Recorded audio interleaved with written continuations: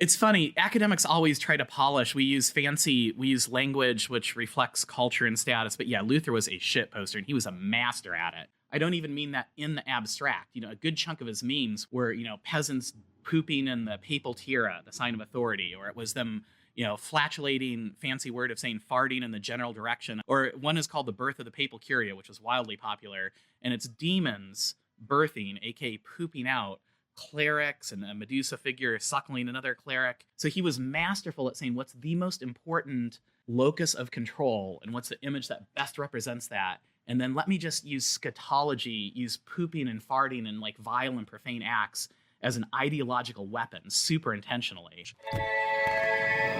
All right, what's going on, everybody? This is the Other Life Podcast, and I am Justin Murphy. So this week we are speaking with Josh Rosenthal. This is an amazing episode. Josh is an academic historian.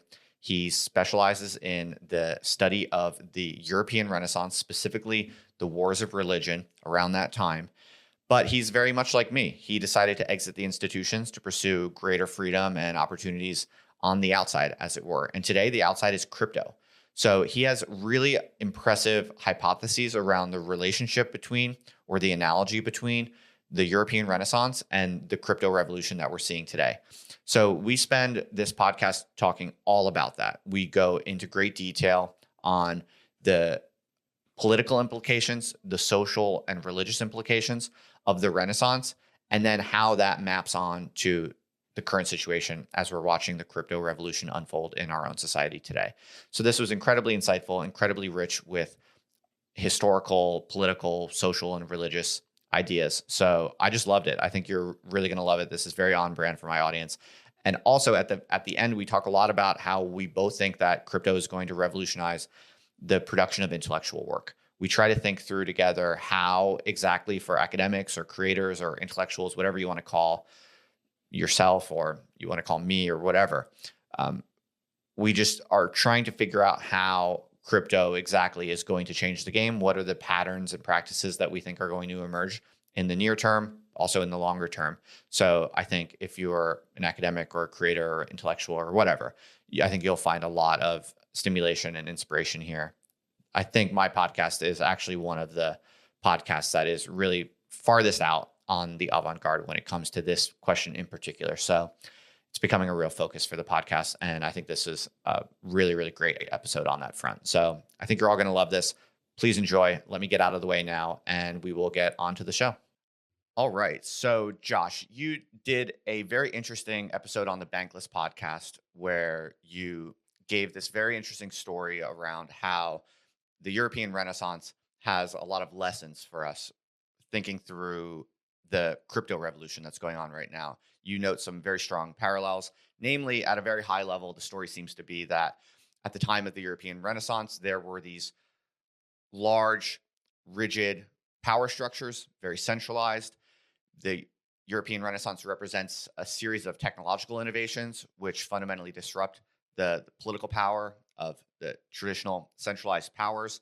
And it causes this flourishing of all kinds of decentralized energies, which also lead to different types of conflicts, namely the wars of religion, which you're something of an expert in.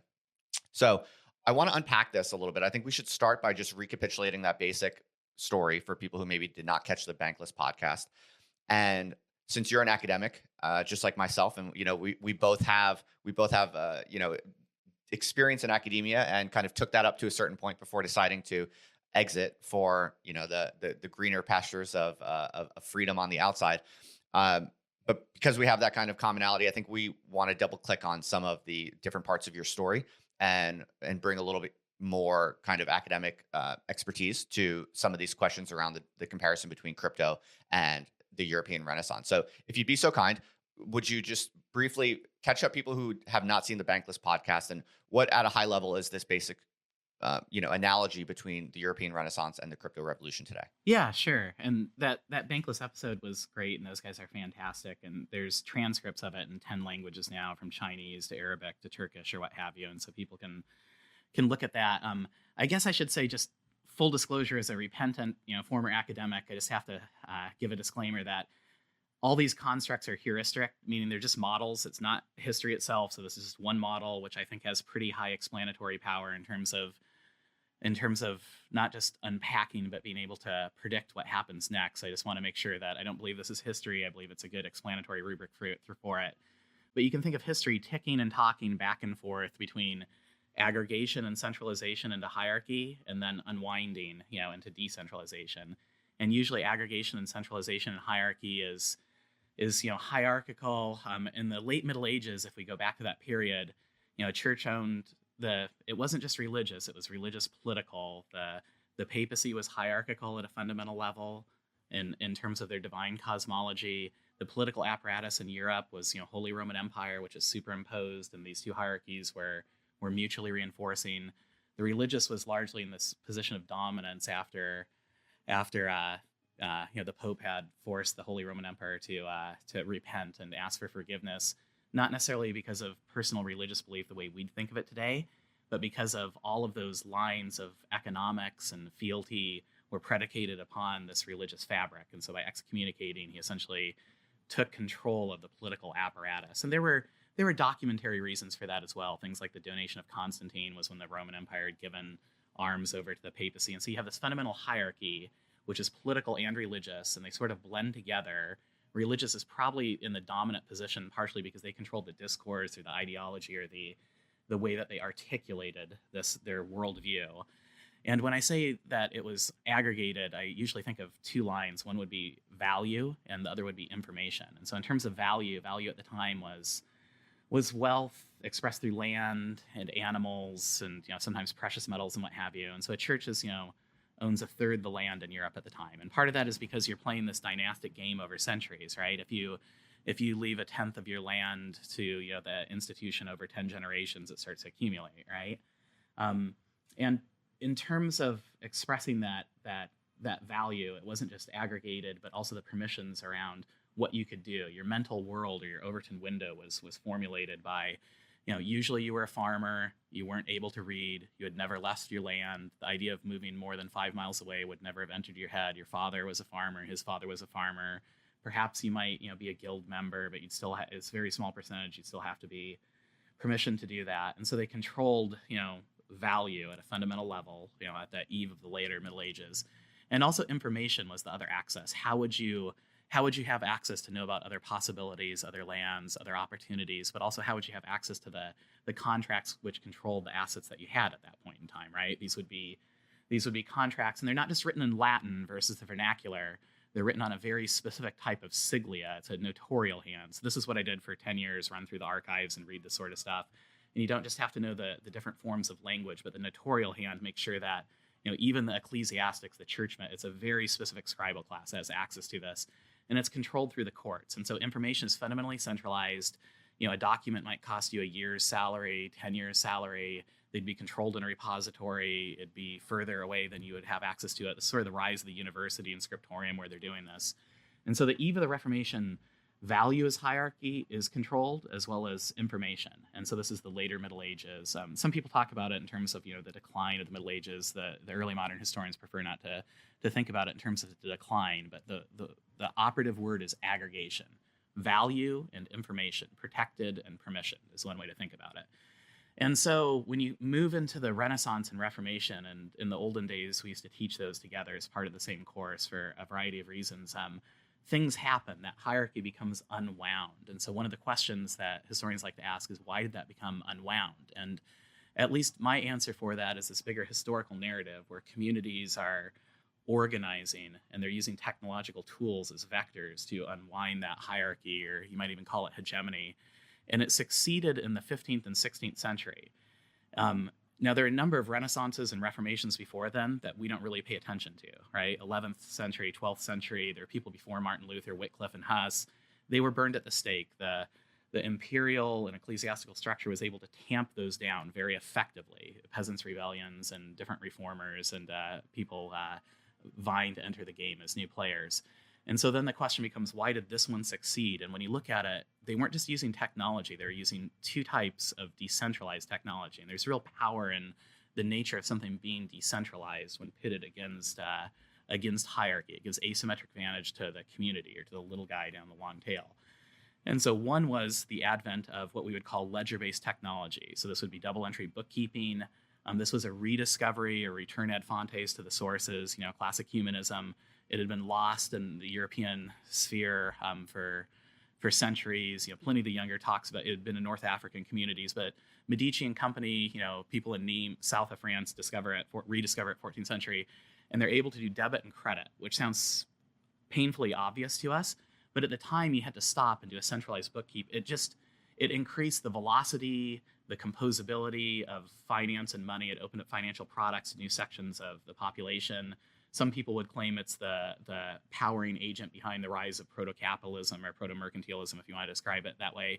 But at a minimum, it allowed financiers to become power brokers on the stage. And these financiers didn't come from noble lines, which is how the families or networks or réseau had operated for thousands of years. They were able to buy their way in to politics in a different way, and then also project that downstream. So the ledger-based technology comes online end of the 14th century, picks up steam into the 15th, and really gets rolling in the 16th century. This is the rise of Fugger and Medici and all the folks that you typically know about. At the same time, there was a decentralized technology advent in a communication protocol. We call it the printing press. And when we think of printing press, we think of the Gutenberg Bible, and you're doing these huge format books and typescript. That wasn't under controlled, ecclesiastical auspices. That wasn't really what happened with the printing press. Academics like Elizabeth Eisenstein have talked about, it's a different way of learning, and McLuhan talks about it in terms of, the rise of the nation state and mental models, and Benedict Anderson runs with that in terms of construct of identity. But what really happened at the time was only 5% of the people were literate. And so you're introducing this new technology into a market that has no audience, which is crazy. In the technology spheres, that's what I've been doing for the past, 10, 15 years, is investing, and more recently crypto. You're never supposed to make an invention that doesn't have a market. But that's what happened with the printing press. And so it wasn't permissioned in the sense it did cost money to create a typeset, but you could basically go off into a corner in a print shop in, the back of a shack and be cranking out thousands of not books, but what they called Flugschriften, or manuscripts or broadsheets. And these were primarily image-based copper woodcut etchings with, tag lines on them. They functioned carrying ideology and semiotic loads like memes would today. And they accounted for over half the print market, right? So you didn't have to be literate. You could kind of be literate. You could get the picture of, someone doing disgusting and vile things in general directions of authority, hierarchical institutions, and read a little tagline. They're usually read performatively at a tavern or public house where there's an audience around. And they conveyed this anti-hierarchical ideology. And this really started with Martin Luther. He accounted for over half of the print at any point in time throughout that century. And he had this cosmological, ideological framework where he flattened mediation by saying you don't have layers of universal tiered construct between deity and you, because you were always at the bottom of the pyramid. He had things like the priesthood of all believers, which basically flattened that hierarchy, and then that had economic impact, et cetera, et cetera. So the overall thesis is history ticks back and forth between aggregation, disaggregation. At the end of the Middle Ages, it was highly aggregated, and it became unwound as communities embraced two types of decentralized technology. One was financial, and one was communicative. Just full stop.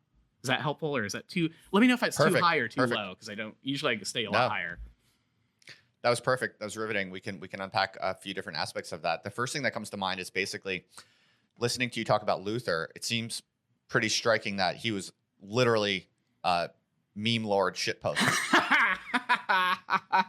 Is that fair to say? That's absolutely fair. Luther, it's funny. Academics always try to polish. We use language which reflects culture and status. But yeah, Luther was a shitposter, and he was a master at it. He was absolutely masterful. And when I say that, it's not even.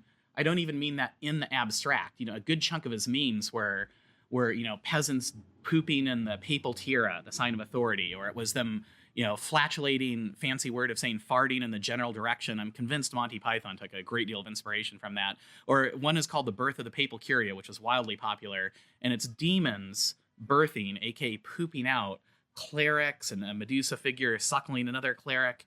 And that's so he was masterful at saying what's the most important locus of control and what's the image that best represents that, and then let me just use scatology, use pooping and farting and like vile and profane acts as an ideological weapon, super intentionally.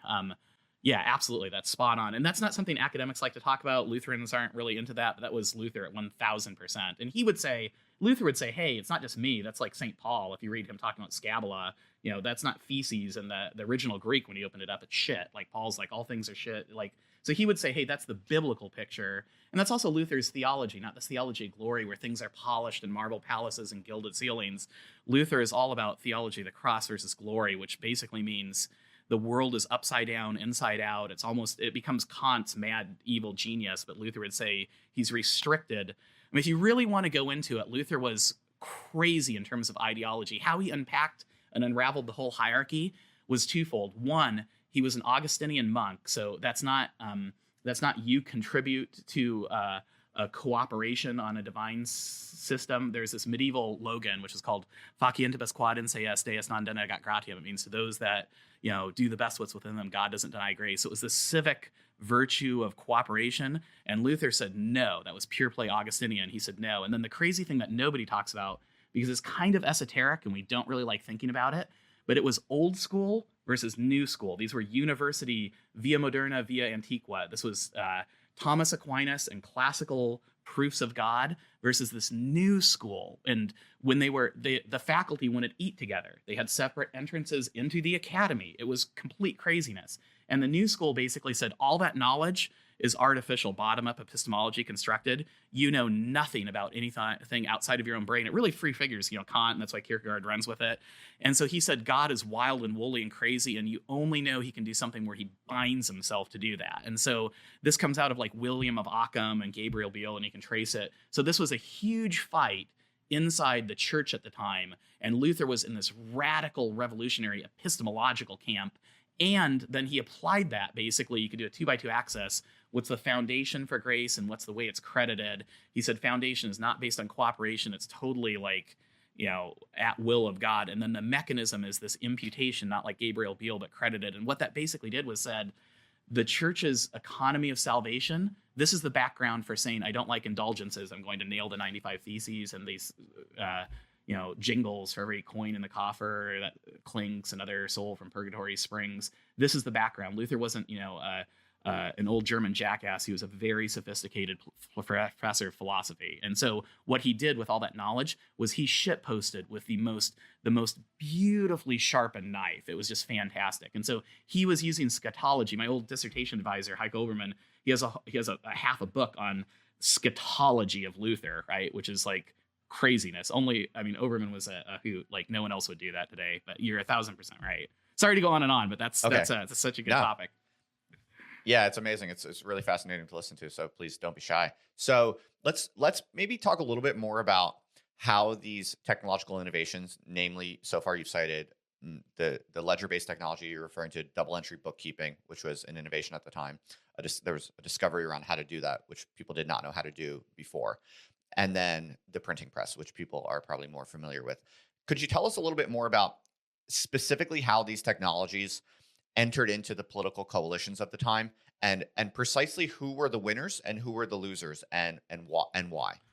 So one way to think about the Middle Ages is there was power wasn't necessarily economic power. A lot of it was privileged power and status. And so the people, the noblesse and the estate that exercised political privilege were often cash poor. There's a mismatch in terms of economic alignment, right? And so this is like Charles V's grandfather, Maximilian. He's the Holy Roman Empire, and he doesn't have enough money to get wedding clothes, right? He goes into Mainz and he's asking like, a shopkeeper to give him credit, basically, to get wedding clothes. And the shopkeeper's like, no, I'm not going to give you credit. So they had power and privilege, but they didn't have economics on demand or on tap to be able to enforce that. And so double entry bookkeeping was, on one hand, it is technology. And when we say it relates to crypto, if you hear the word crypto, we call that ledger-based technology. That's like literally a blockchain is a ledger. So it's the same permutation of this distributed technology. And in the crypto world, it realigns incentives and gives people along the long tail of a distribution curve socioeconomically, access to capital on demand.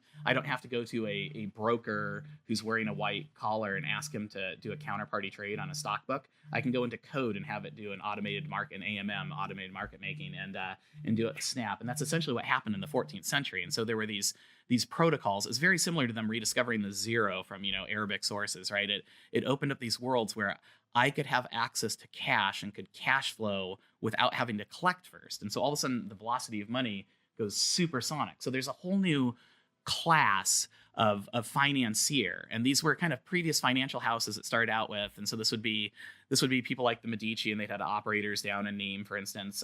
And they recognize the technology. It's a good lesson for academics to think about, like when finances change, you're doing a professional, skilled, knowledge working trade, all of a sudden new technology comes, and it's this asymmetric opportunity, and they basically ran with it, allowed them to borrow a little bit of money and compound it and move it at velocity, and then create composable products that essentially would allow Maximilian to have borrowed that, right? To have borrowed not only his wedding clothes, but to have financed his new army. So two people won. One was the new rise of the financier class. And the classic, everybody talks about Jacob Fugger, and that's fine. He definitely used the technology, and he made some big bets on Tyrolean silver mines. And he's not a pure play example of this. The Medici really are the classic example of embracing the technology. And they moved up from kind of lower level socioeconomic kind of guild member participants, shopkeeping financiers, to literally bankrolling the Holy Roman Empire, papal, episcopal bishoprics, and that allowed them to buy their way into the papacy, and also through marriage to buy their way into the royal crowns of Europe, France and Medici, etc. And so that new class of financiers that embraced the technology, they were able to give credit to people who had land and privilege. It's nobility of the robe versus nobility of the sword is how historians sometimes talk about it outside economic terms.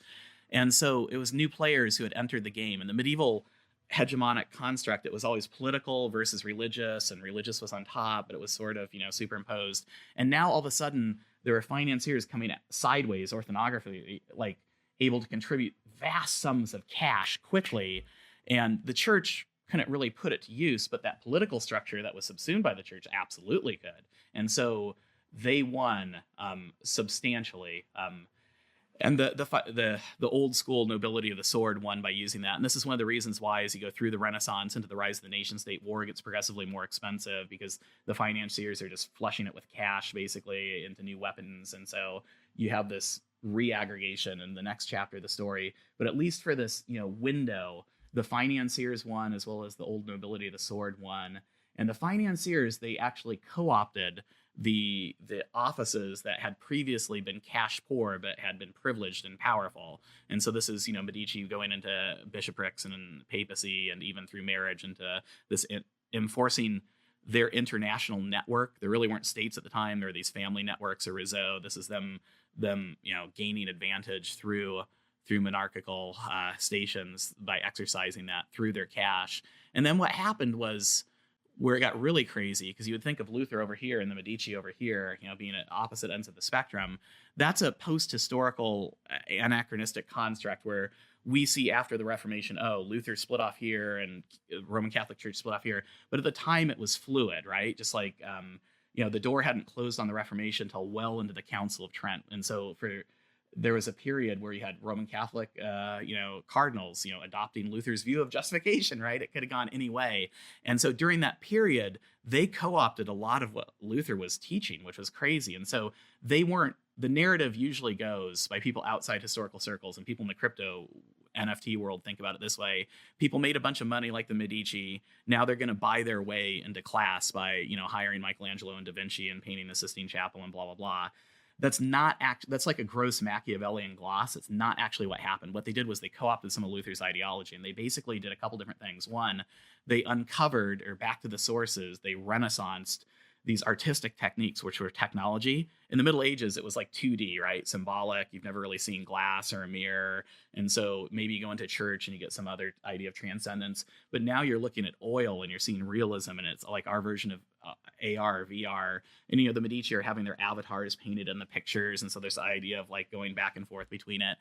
And then they basically adopted this idea of what was sacred versus what was profane out of Luther, straight out, which was crazy. So Luther, as the previous monk, you were supposed to be outside the world. In the medieval stack, the most grace was by people either in the church or in monasteries or nunneries outside the world. You'd pray, you'd have repository grace, it would trickle down.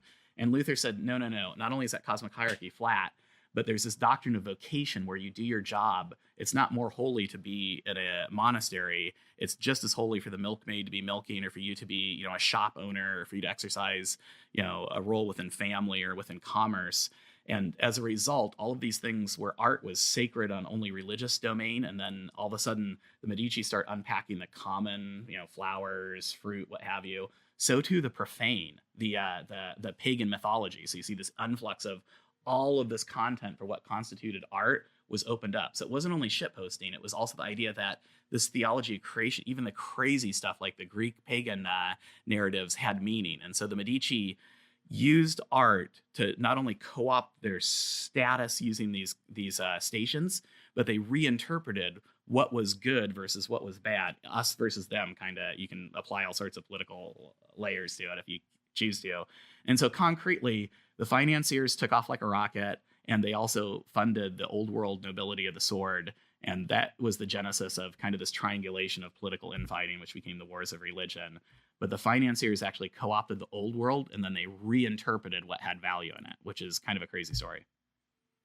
Yeah, that's amazing. Very, very well said. So I'm curious more concretely for the new rising financial elite of the crypto world, what should they be learning from the Medicis? So if I'm like a crypto whale and I'm thinking about how I can take power and assume my role in the current historical juncture, what specifically do you see today as the opportunities that were in front of the Medicis, which the Medicis successfully took? Yeah, I think this whole narrative, the crypto narrative, it serves those in power to say, hey, you have to be a crypto whale, and it's about trading coins, and it's about Dogecoin and craziness.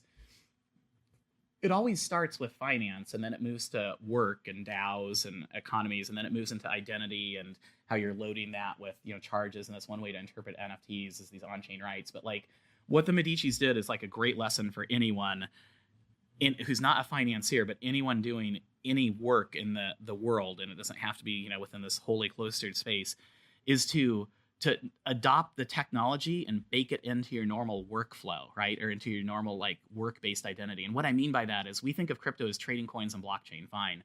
You can more broadly think about crypto as an economic model that basically pays people to participate.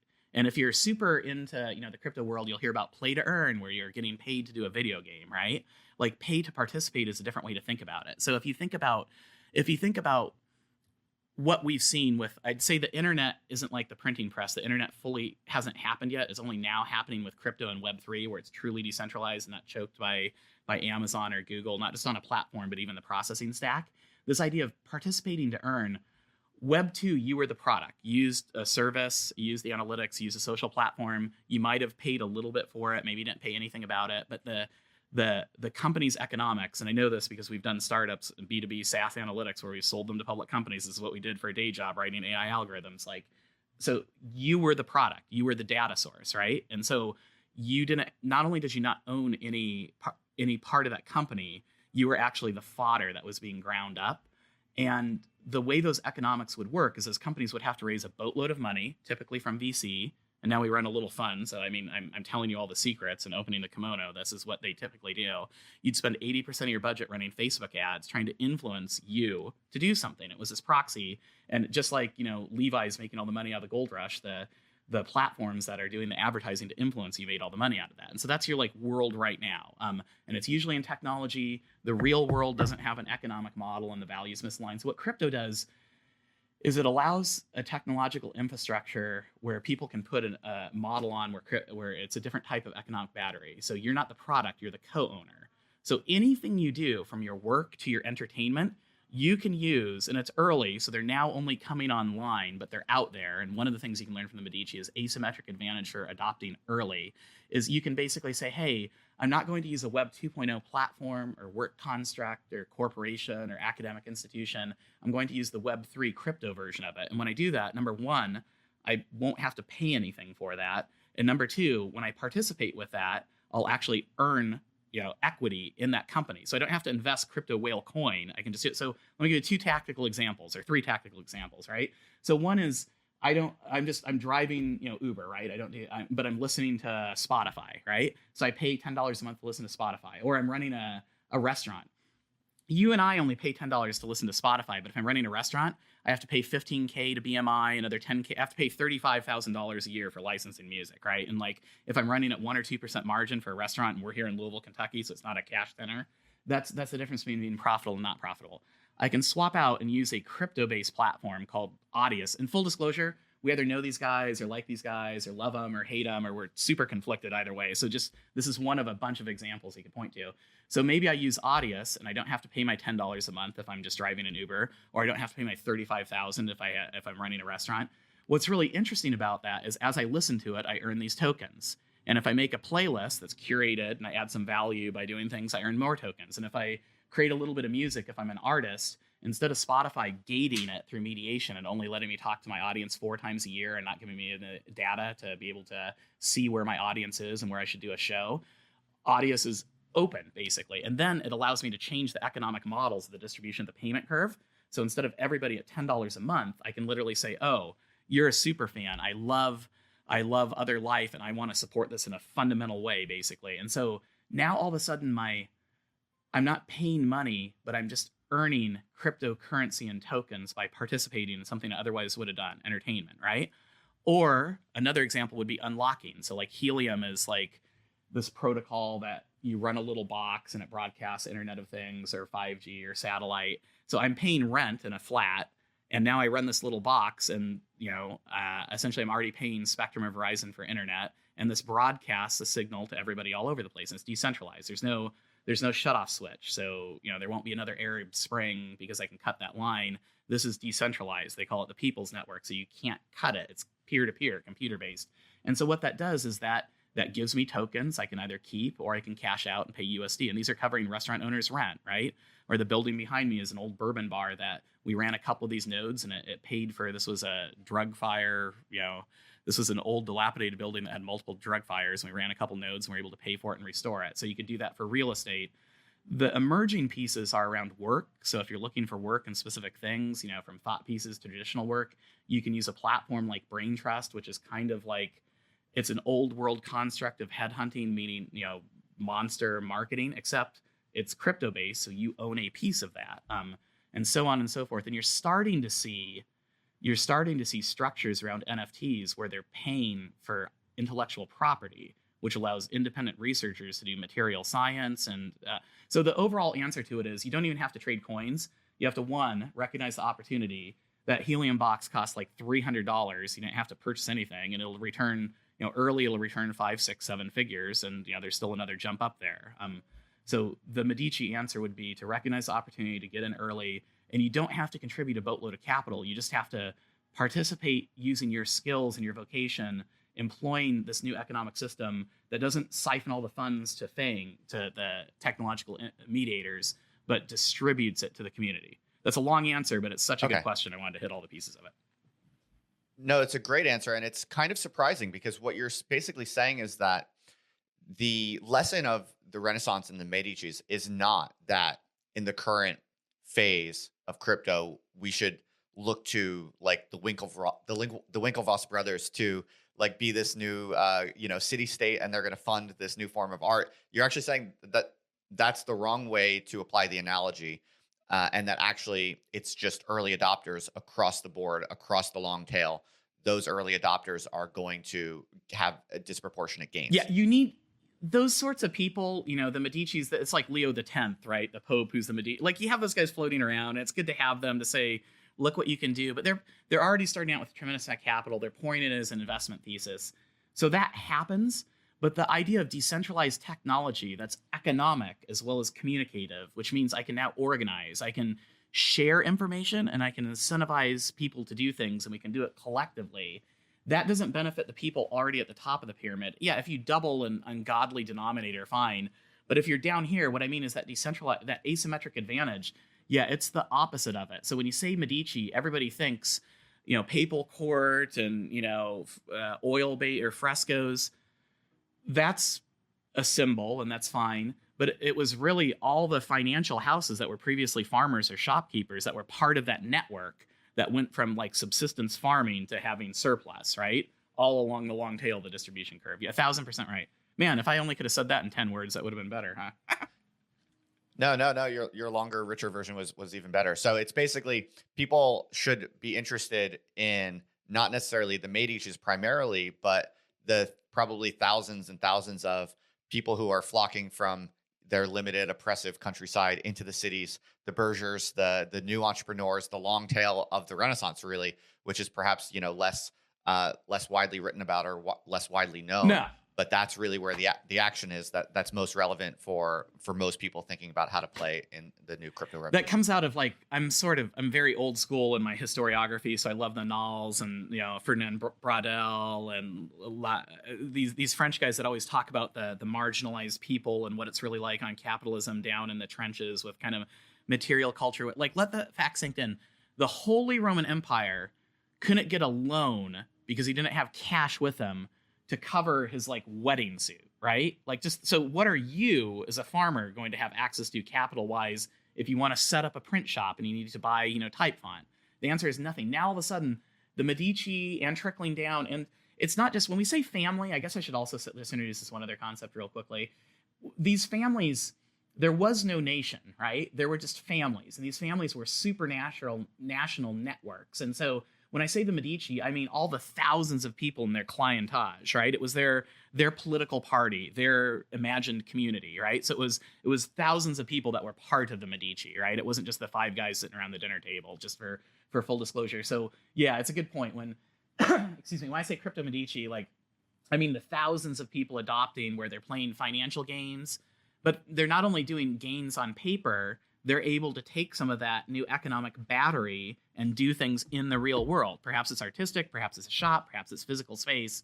But yeah, it's the opposite of the Winklevi. We could take a step back and say, what role does that narrative serve where I have the Winklevi doing this thing? Like that's a specific hegemonic function, I'd say. Like that's like a totally other separate story. But yes, 1,000% right. Thank you for like sharpening that. That's exactly right.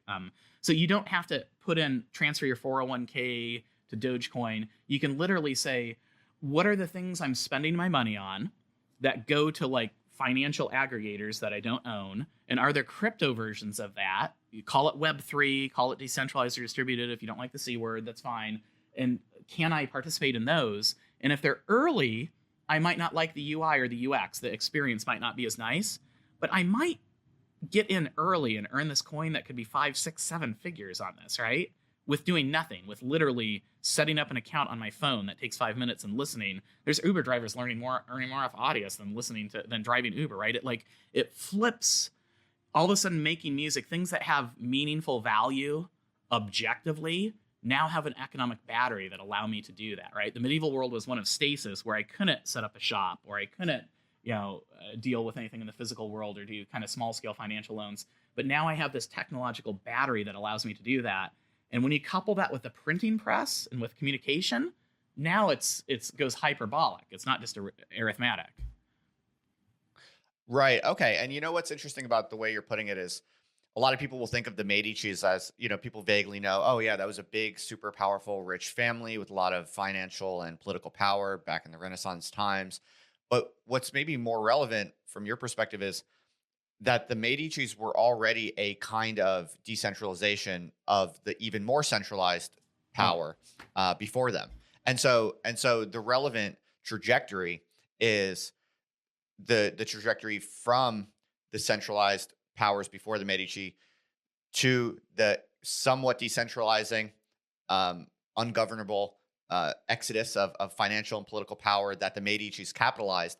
But then moving even further down the line, it's like today, it's like a Medici unto yourself, right? It's like everyone now has this opportunity to make their own play, to be their own Medici in their own domain. And that long tail is going to be even longer than it used to be. That's spoken like a true historian. It's like continuity versus discontinuity. And where's your point of reference for the nature of the chain? No, that's exactly. We say, oh, they're super aggregated because we think of it compared to today.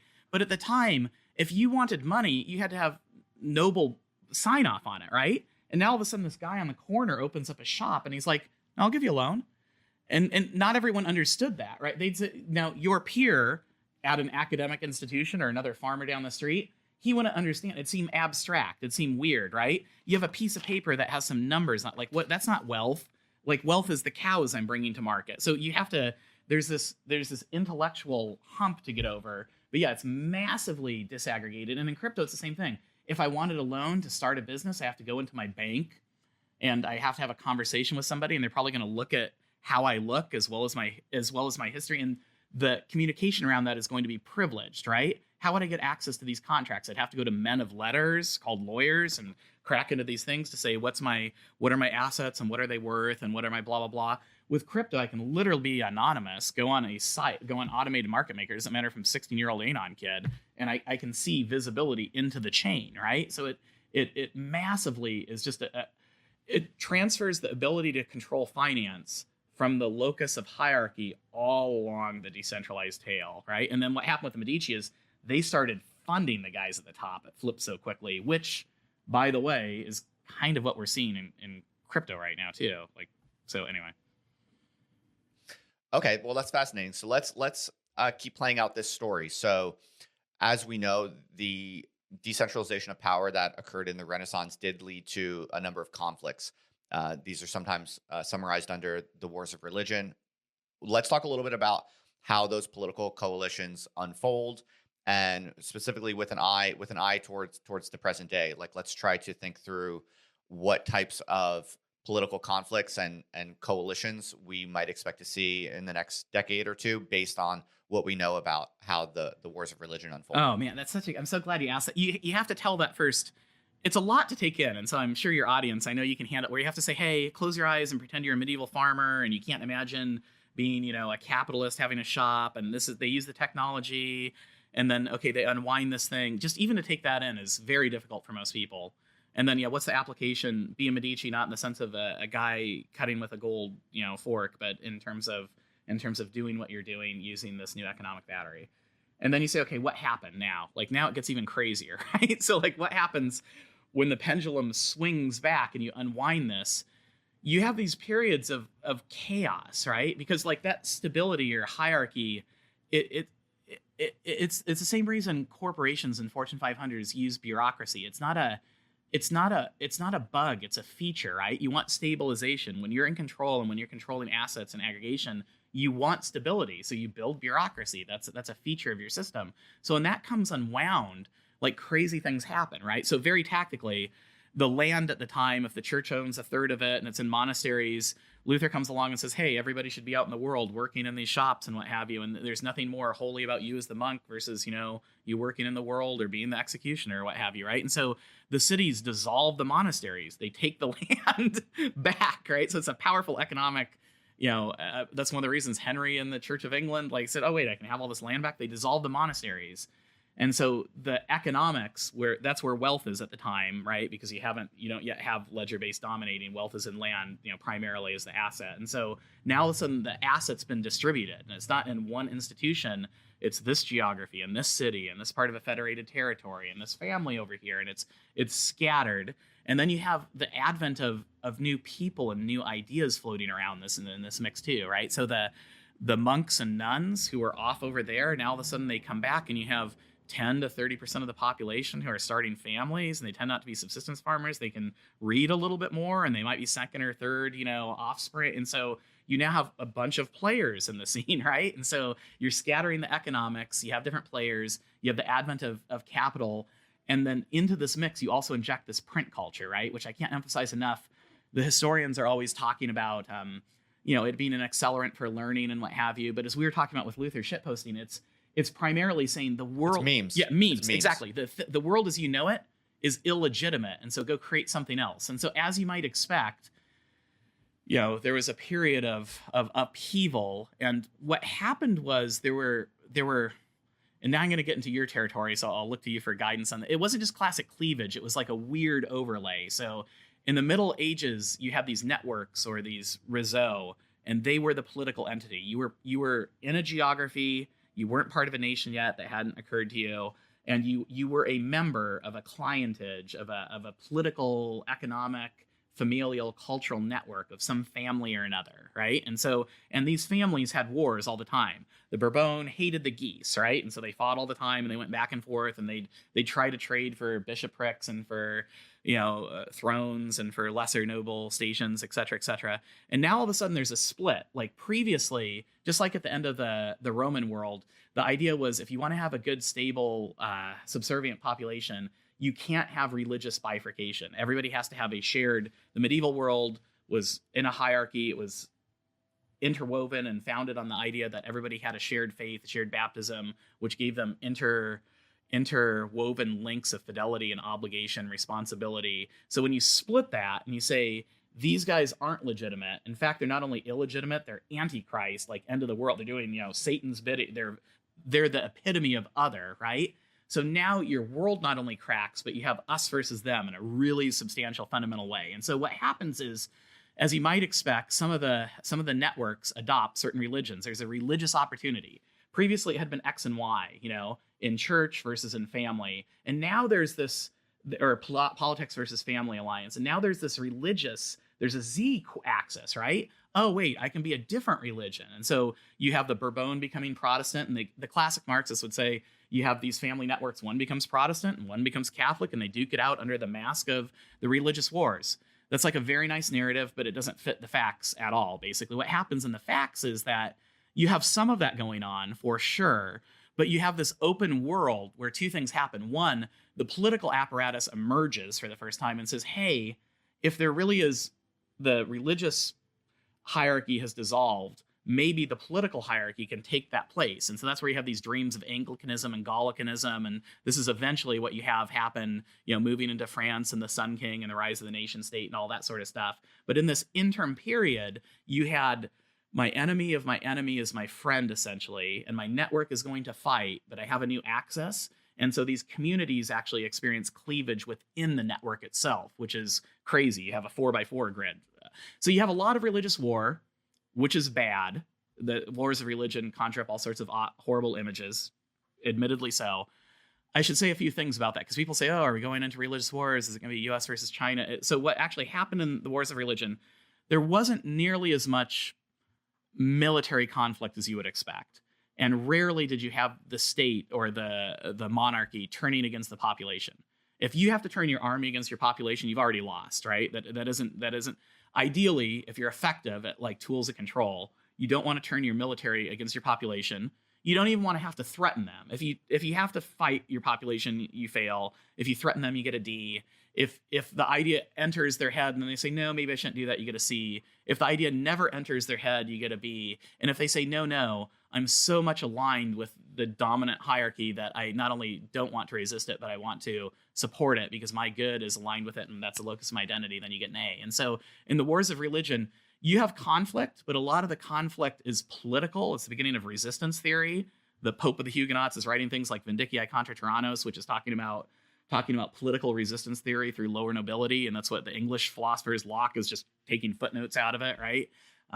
And you have conflict, it stabilizes, and then you get this period of religious pluralism and mutual rights and contracts. And like the Edict of Nantes is the best example of that. And that was, one family versus another family. If you want a short history or summary, go watch or read Queen Margot or Lorraine Margot. It's a Dumas movie. You can get it on Netflix if you want to see it. It's a beautiful period piece, and it shows the triangulation. And basically, Henry Bourbon says, okay, all my other rivals die, and if I want to unite the realm, I need to convert. So he converts, and he doesn't convert to hardcore Roman Catholicism. He wants to create a new Gallicanism like Anglicanism and unite the whole realm.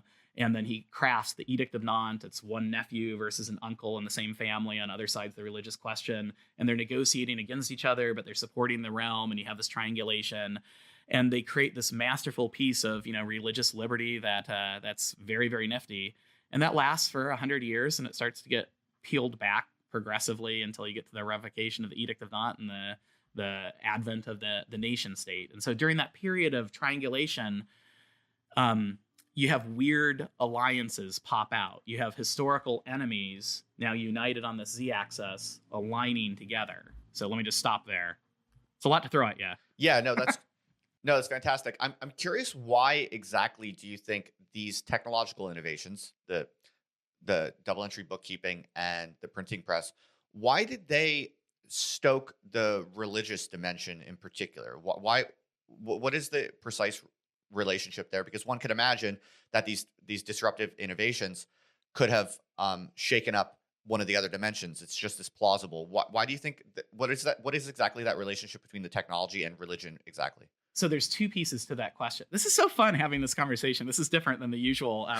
So there's two things. One, when we ask that question, we look back anachronistically and we're like, hey, why was the vector of contention religious? Like, to them, they don't have a bifurcation between religious and political. Religious is political for them. And not just as religious political, religious is cosmic power, right? Like it's the locus of power. So their station we always talk divine right of kings, and like in your book, you talk about, like, that's great, but it's like divine right of everybody in the nobility. It goes down the whole clientage, right? So when you get rid of that, when you say that actually might not be the case, guy, like Luther's theology of glory, the guy up in the golden palace who has the divine right, that actually might not be a positive thing. That might be negative. The lower gods who are better at ruling this sort of thing are like really good at that. That was Luther saying, like, the Pope is Antichrist. It would have shocked people. They would have said, like, he seized the throne of Christendom.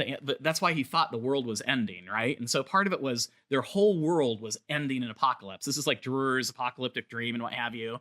Then it's the locus of their control and power. The technology itself, the forensic techniques, this is like Erasmus is a good humanist. He looks at that donation of Constantine where the Roman Empire gave the political arm of the sword to the church. And Erasmus, who's like consummate Roman Catholic, says, no, this is a fake. This is a forgery, right? And so, like, now all of a sudden politics is up for grabs because religion was the hierarchy that held things together. So they're wrestling with this idea of, if I have plural religions, if I'm united in my worldview, how can I be united in my political view, right? So that's part of it. And then the other thing that happened is it wasn't just technology that caused the religious question. These religious questions, these reforms had been bubbling up forever. They just never made it to the top, right? Like Wycliffe and Huss, when Luther's up there standing in front of Charles V and they're yelling Hussite, Wycliffeite at him, they were saying, hey, your ideas people have had before, they were just burned for them, right? You're a heretic. That's idea. The idea of printing in the vernacular, right? Like that everybody has access to the source code. These things are not new. The difference was Luther ran headlong into the technology and essentially front ran it. He was able to print the ideas at scale to the point where it was a force that couldn't be crushed down. So it wasn't that the technology has something necessarily innate in the idea of religion. One, religion for them was hierarchy and control. Two, there was always this bubbling up resistance, but the technology allowed them to finance the resistance, which they could never do before, right? Because finance was controlled, right? I had to get permission to raise an army, right? Now I can actually like get a small loan and be hiring like men at war just off the land, off the hedges. And two, I can actually share my ideas. Nobody who knew who Wycliffe was or Huss was, a few educated clerics. Now I have half the population like seeing these memes like with Luther, like. So the technology was a vector, an enabling agent, a gain of function, if you want to use that nomenclature. I don't know if that's helpful or not. Okay, yeah, absolutely. It makes sense. It's basically what you're saying. It sounds like is that religion was the meta power in a way because it's essentially cosmological. It structures everything beneath it, and it's really only in our secular age that we can foolishly imagine that politics could be the meta power. Exactly. Exactly. Yeah. They would look at us and say, you guys do the same thing. You just use different nomenclature, right? You have meta powers and you have cosmologies. You say it's not religious, but just by defining it against it, you're in the same. They'd say we do the same thing. We just have like a linguistic ships in the night kind of thing going on. Okay. Makes sense. So in some ways then and now, religion is always the meta power that structures the cosmos identity.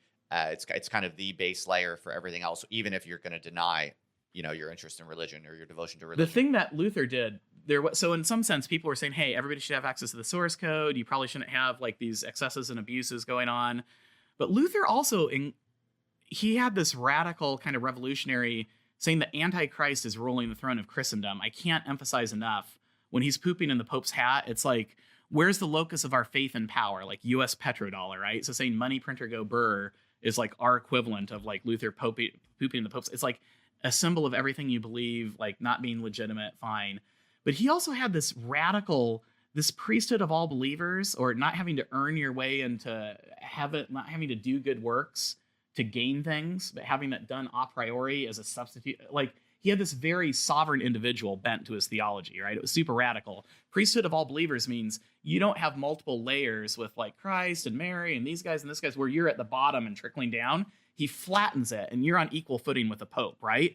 It's craziness to be able to say that. You're sweeping shit in a stable and you're just as holy as the old monk who was up there running the abbot. It's like complete sovereign individual autonomy type. We'd recognize as like CryptoPunk almost today, like cypherpunk, like it's crazy. So there's a definite bent of that too. Him saying, no, go out in the world and do your thing and like decentralized power. Anyone has access to the source code. Him rendering the stuff out of the Latin. It's removing these glosses.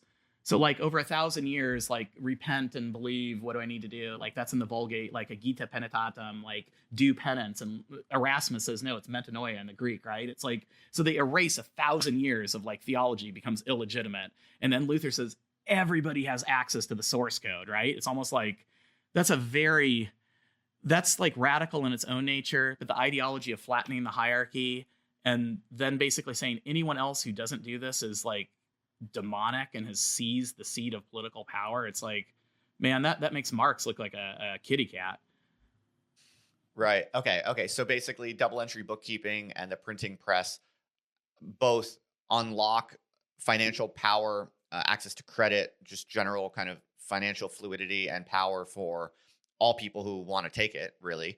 But at the same time, it allows for competition, basically, at the religious level, at the cosmological structuring of society. Now, someone like Luther has the technological means to actually take a stab at the defining cosmological structures. And that's what he uses those technologies to do that effectively through, memes and shit posting. And so that's why there's this kind of financial revolution going on, but the real political conflict and the real coalitional restructurings take place in the world of religion, because for the first time you have people competing seriously at scale at the religious level, which is the meta level, really. That's exactly right. So to go back to the earlier part of the conversation, so Luther shitposting isn't just like, haha, it's funny. That's why I was saying my advisor wrote, like, he's like, this is actually the key to the whole thing. How quickly does he gain adoption on it, right? And so you can say, oh, NFTs are stupid pixelated cats, but it's like, well, if you believe the Trojan horse is digital rights of real world and on-chain assets and experiences, then having a pixelated cat, like, there might, as a step function of adoption, there might be something to that. So it's like key to his dynamic. And then the religious is the meta level, but it's also, I can't emphasize this enough, it's the forcing function that causes like parallel cleavage and interwoven cleavage. And what I mean by that is like you have this financial and you have this cultural 2x2, right? Like we have today. Oh, I'm fiscally conservative and socially liberal. Oh, does that make me, I'm not really Republican, I'm not really Democrat. How's that work? And now all of a sudden you enter, for the first time, there's a Z-axis. It's like a cube, 3D, right? So they say, hey, you don't just have to be, am I a papal Roman Catholic or am I like a national, like a decentralized conciliatory council-driven Roman Catholic, right? That's why they hated the councils. The big debate in the Middle Ages was like, does a pope need to call a council? Because it's like council versus like high, that was the thing, right? Now all of a sudden they come along and they say, no, there's this whole other idea. Do you even have to be Roman Catholic in the first place, right? And so these princes are like doing their jobs, much like the Medici, like an academic. They don't have to go like borrow a ton of money and go be something else. They can just do their job they're currently doing. That was Luther's vocation. Say, hey, you can run your city and help run your city. It doesn't have to be a Roman Catholic city. It can be a Protestant city. And they're like, wait. We always hated these other guys over here, right? And those guys are saying this way religiously. Now we can be on this side. And so it acted as this forcing function and cleavage. But where things really got interesting was very often the end of me and my enemy was my friend, right? And so the people who were just massacred during the St. Bartholomew's Day massacre during the Wars of Religion, the bloody high point of bloodshed, they go to the Low Countries and then they're funding Charles V's like neo-colonial, like global exploration, right? Because he hates the Turks and the Turks are keeping him off, the Protestant cities and the Protestant cities. So all that's to say, your 2x2 of political ideology, you have a new dimension entered in. Yes, it's a meta dimension, but also it allows you 3D to triangulate. And that's honestly what we see politically today, right? That's why everybody's talking, crypto single issue voting. Like, that's why you get like Andrew Yang and Ted Cruz on the same side, right? They're on opposite sides on the 2x2, but on the in the cube, they're very close on the same plane. Does that make sense? Okay, fascinating. Yeah, I think so. But let's talk more about this. It's really good. So, you will often hear today superficial analogies drawn between religion and crypto, right? It's not too hard to see that, whether you're a Bitcoin maxi or an ETH maxi or whatever, people will commonly point out that some of these communities have certain superficial kind of religious aspects in some ways, arguably. But maybe we can go a little bit deeper beyond this kind of superficial comparison people sometimes like to make, often dismissively. If crypto represents this new kind of Z-axis, this new dimension that is going to disrupt the current axes of political coalitions today, and if we do believe that religion has this unique role as the kind of meta level in our society, where many people, especially the high IQ, high status people, like to imagine themselves as post-religion.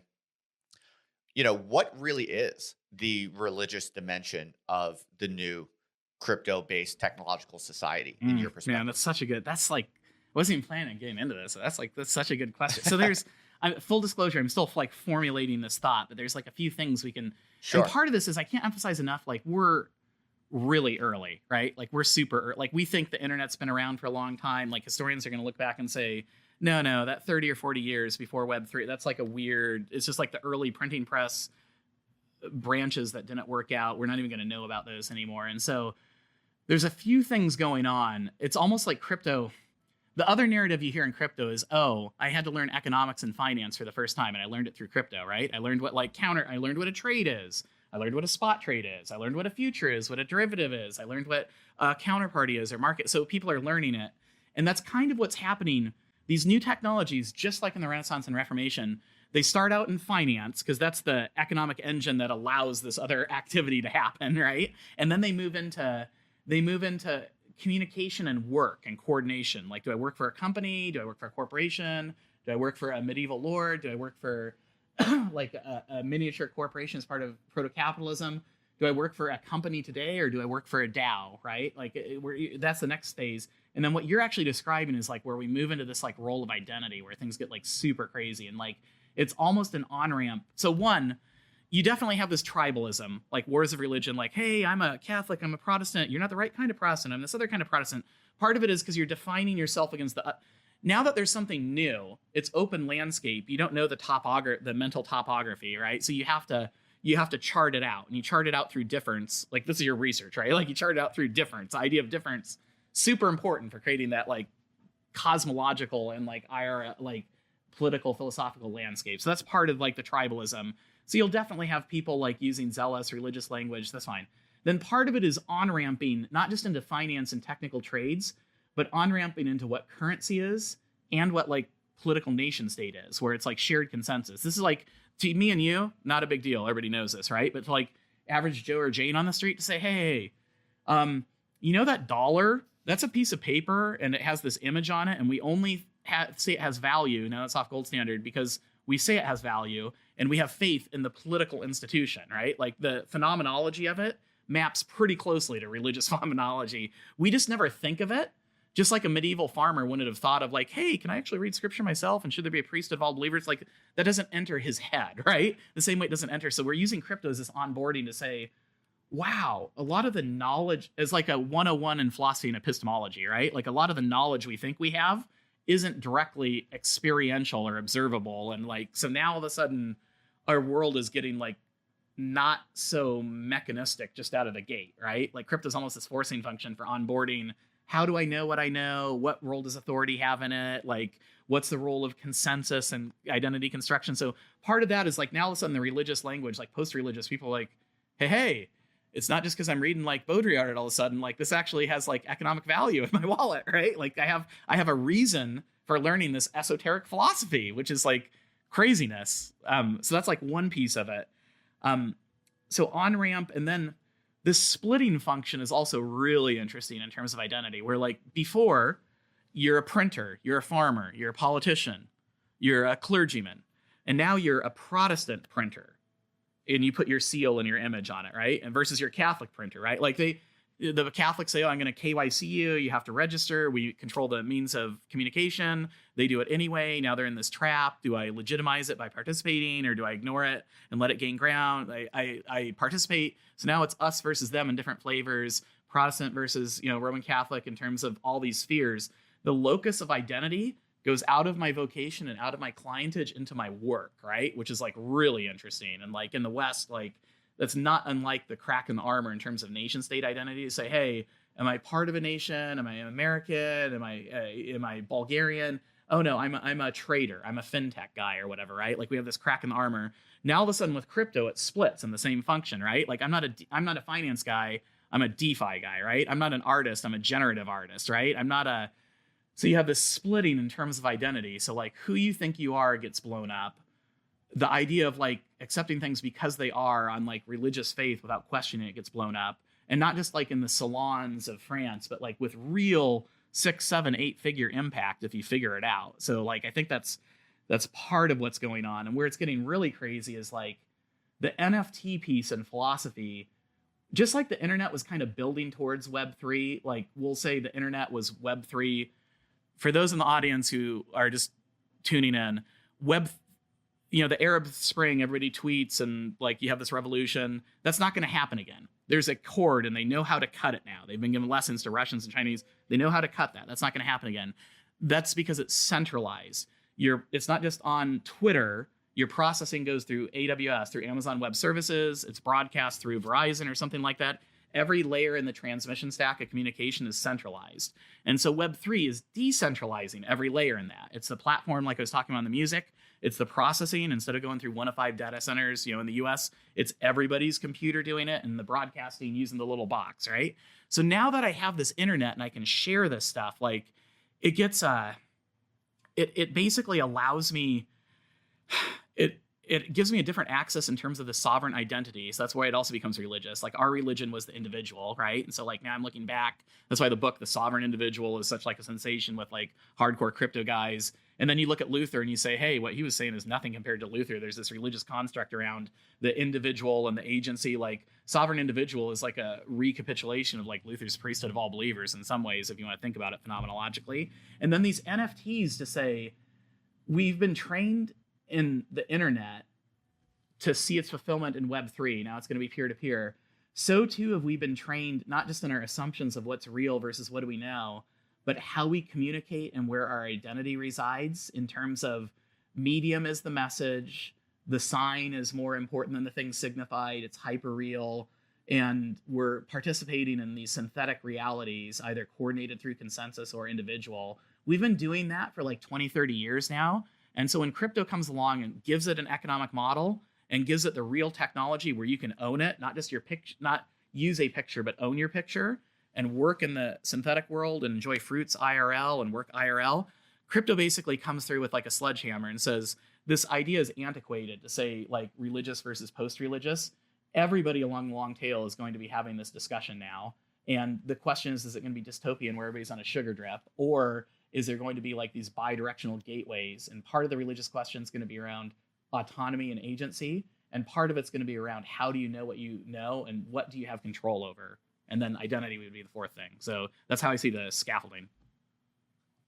Awesome. So you just said something very interesting. You used the words, how do you know what you know? And I also think that one of the big things to look out for in crypto in the next few years is specifically how crypto will converge with populist mass movements towards the truth. Because, we have this massive crisis right now with traditional institutions, which many people will be aware of. If you look at survey data on, how people perceive pretty much all of the big traditional institutions, whether it be in the mass media, academia, you name it, trust in these institutions is going down the tubes for decades now.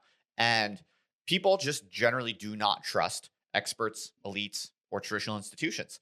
And you see many populist kind of uprisings around what is real, basically, right now. And then this is sometimes dismissively called conspiracy theories, but really the phenomenon of conspiracy theories is just an early stage mass decentralized confidence in community's ability to discover the truth together in a decentralized way. And of course, it's going to look wild and crazy and stupid, and it will be stupid in the early days because we don't have it nailed down yet. But what it really testifies to, most importantly, is the drive for it, the taste for it, the ineluctable, insatiable demand for really understanding what's really going on. Like that, people are never going to give that up, and no, people are not going to just settle with these corrupt institutions that are constantly sending messages which are then shown to be false, right? And so to me, I think this is the big thing to watch out for with crypto, because crypto is going to allow a kind of rigorization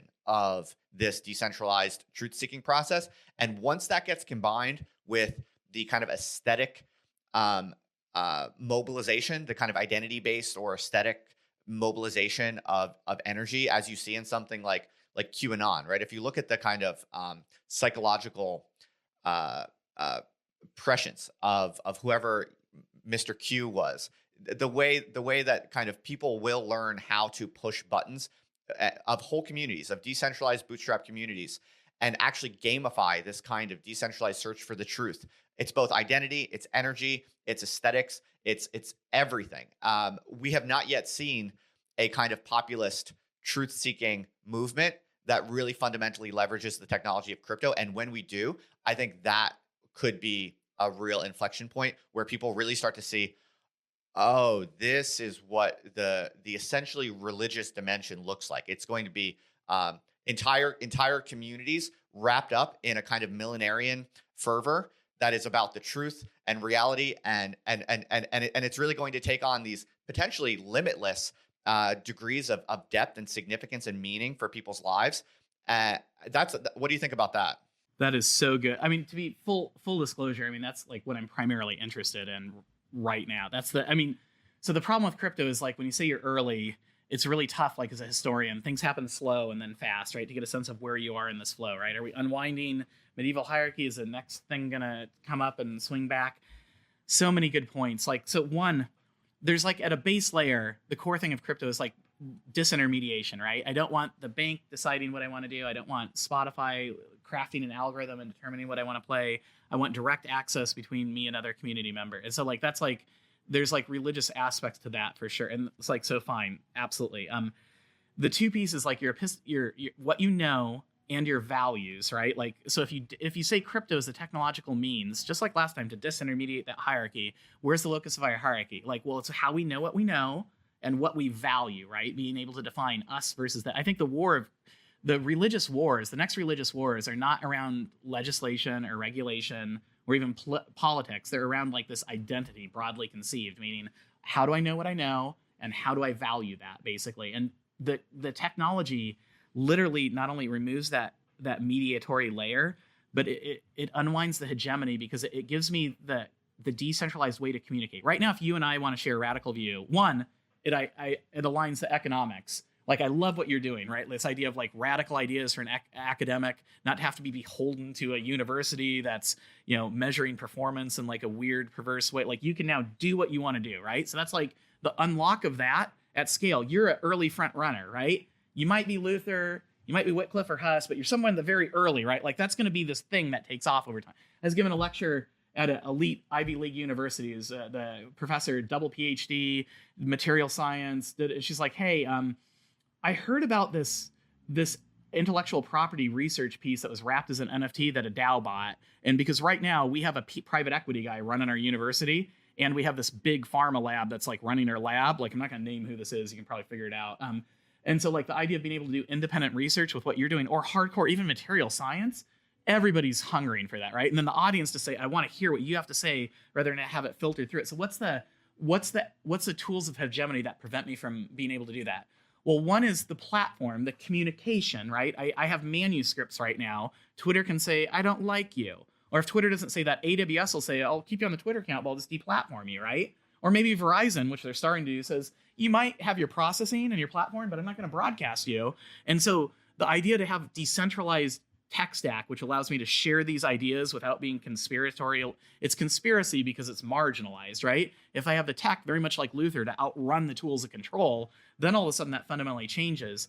Then also, to your point, not just energy, but what if I have economic incentive aligned around that, right? I let you and 1,000 people like you, and I have other people like not just fact checking, but I can see things on chain, right? Like I can, the news, the first thing they did on like Arweave or is PermaWeb is put up the Library of Alexandria, right? Like it's this different like perspective on it. So yeah, that's 1,000% like absolutely. That's like the political line. And yeah, religious fervor in the sense of like the sovereign individual, just like recognizing enough. That's why I was talking about the onboarding of saying, hey, the dollar isn't really, that's like an obvious like Bitcoin or Maxi meme, but it's like, it's still powerful though, saying what you know is what is not what you know.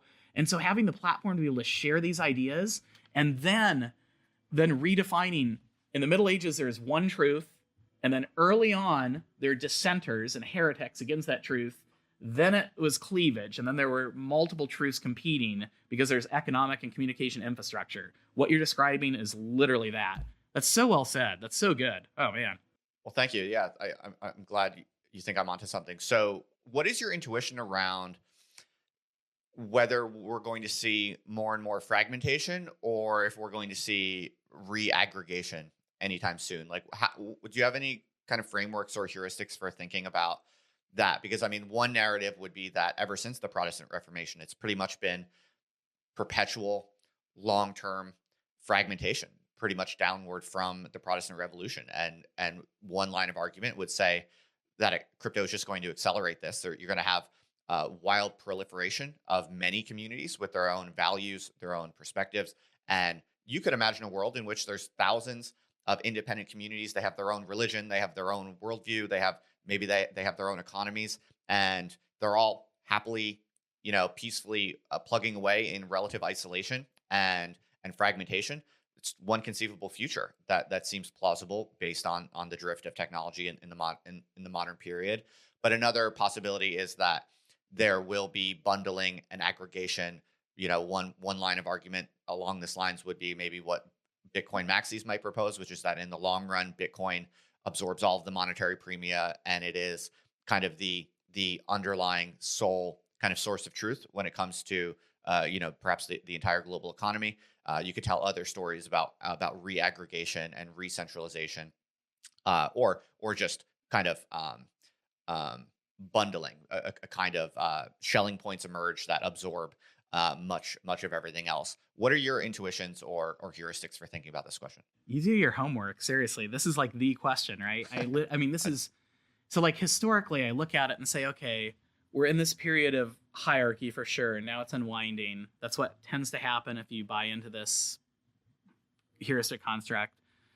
But then it reaggregates. So the question is, how quickly does that happen, right? Like last time it took a while. We had financial decentralization and communication decentralization.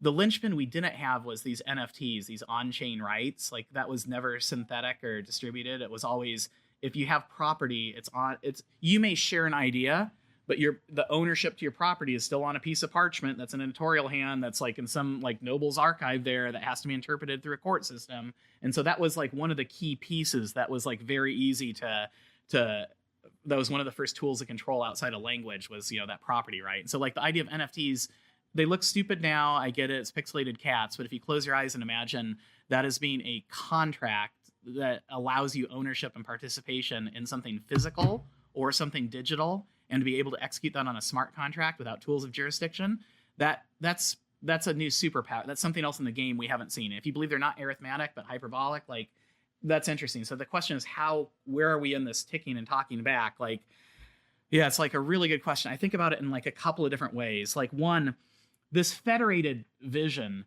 not just Balaji's desert city, but like this idea of like federated city. If you look back at the wars of religion, that's what you had. You had federated cities. It wasn't this nation state. It's not like Risk where you roll the dice and the next block goes.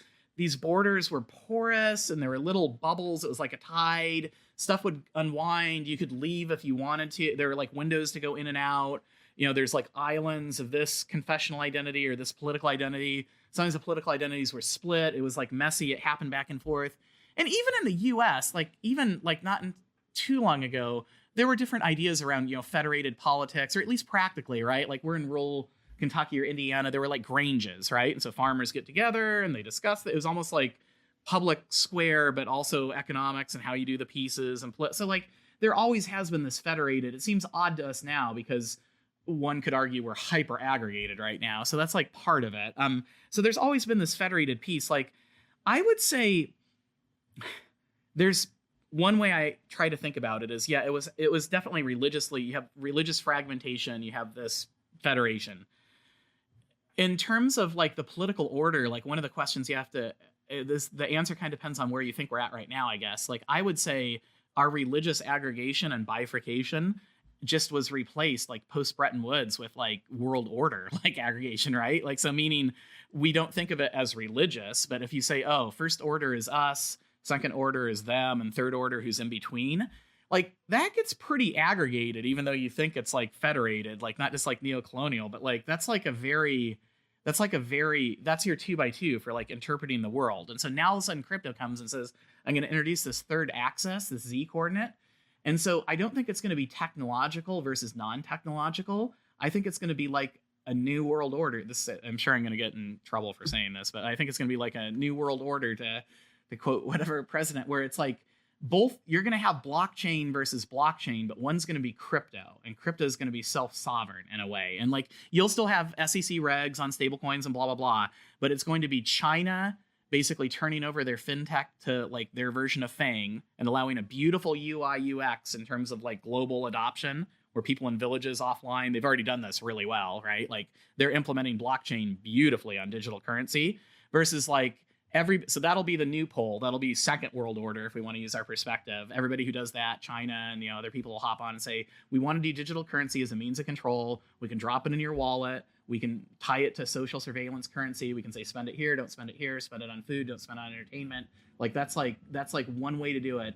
It's not crypto because it's running through central coordination and it's damn well like not decentralized, versus first world order, which from a crypto perspective would be like, no, that's going to be like decentralized, like self-sovereignty. Can you actually own your own keys? There'll be a spectrum within that, just like there's a spectrum within Protestantism. You had high Anglicans and you had radical Anabaptists. You'll have CFI, BlockFi, Gemini, Winklevi, Illuminati, and you'll have like hardcore like Zcash, Tornado, like Uniswap on one side. But I think that'll be it. Like the world orders will be who's doing digital currency versus who's doing crypto. And that's actually why I'm super optimistic on two fronts. One, the metaverse not just being dystopian, I go into these virtual worlds, but like NFTs this time allowing me wherever I'm at geographically to work in the synthetic world and enjoy the fruits in real life where I reside, and vice versa, as well as like our ineptitude are kind of just jerking around. Like we're not going to be able to outpace China in terms of digital currency. Like the US political silliness isn't accidental. It's how petite fonctionnaires work all the time. And it's like it's a function of hegemony. It's not accidental. It's buying front runners time in terms of aggregation. But the beautiful part about it is it will not allow us to do digital currency like China. Like our ineptitude is actually not a bug. It's going to be a feature of the system. It's frustrating and insane, like when you have Gensler being pedantic or what have you. And you're going to galvanize the community by creating that Z coordinate. So you're going to have everybody, Ryan Selkis and these guys come out of the woodwork and they're going to be going crazy. And maybe you'll have, who knows, Cruz and Yang running together. Okay, fascinating. That's a brilliant portrait of the possible future and how the coalitions break down. Why don't you tell me a little bit more about your idea relating to blue collar crypto?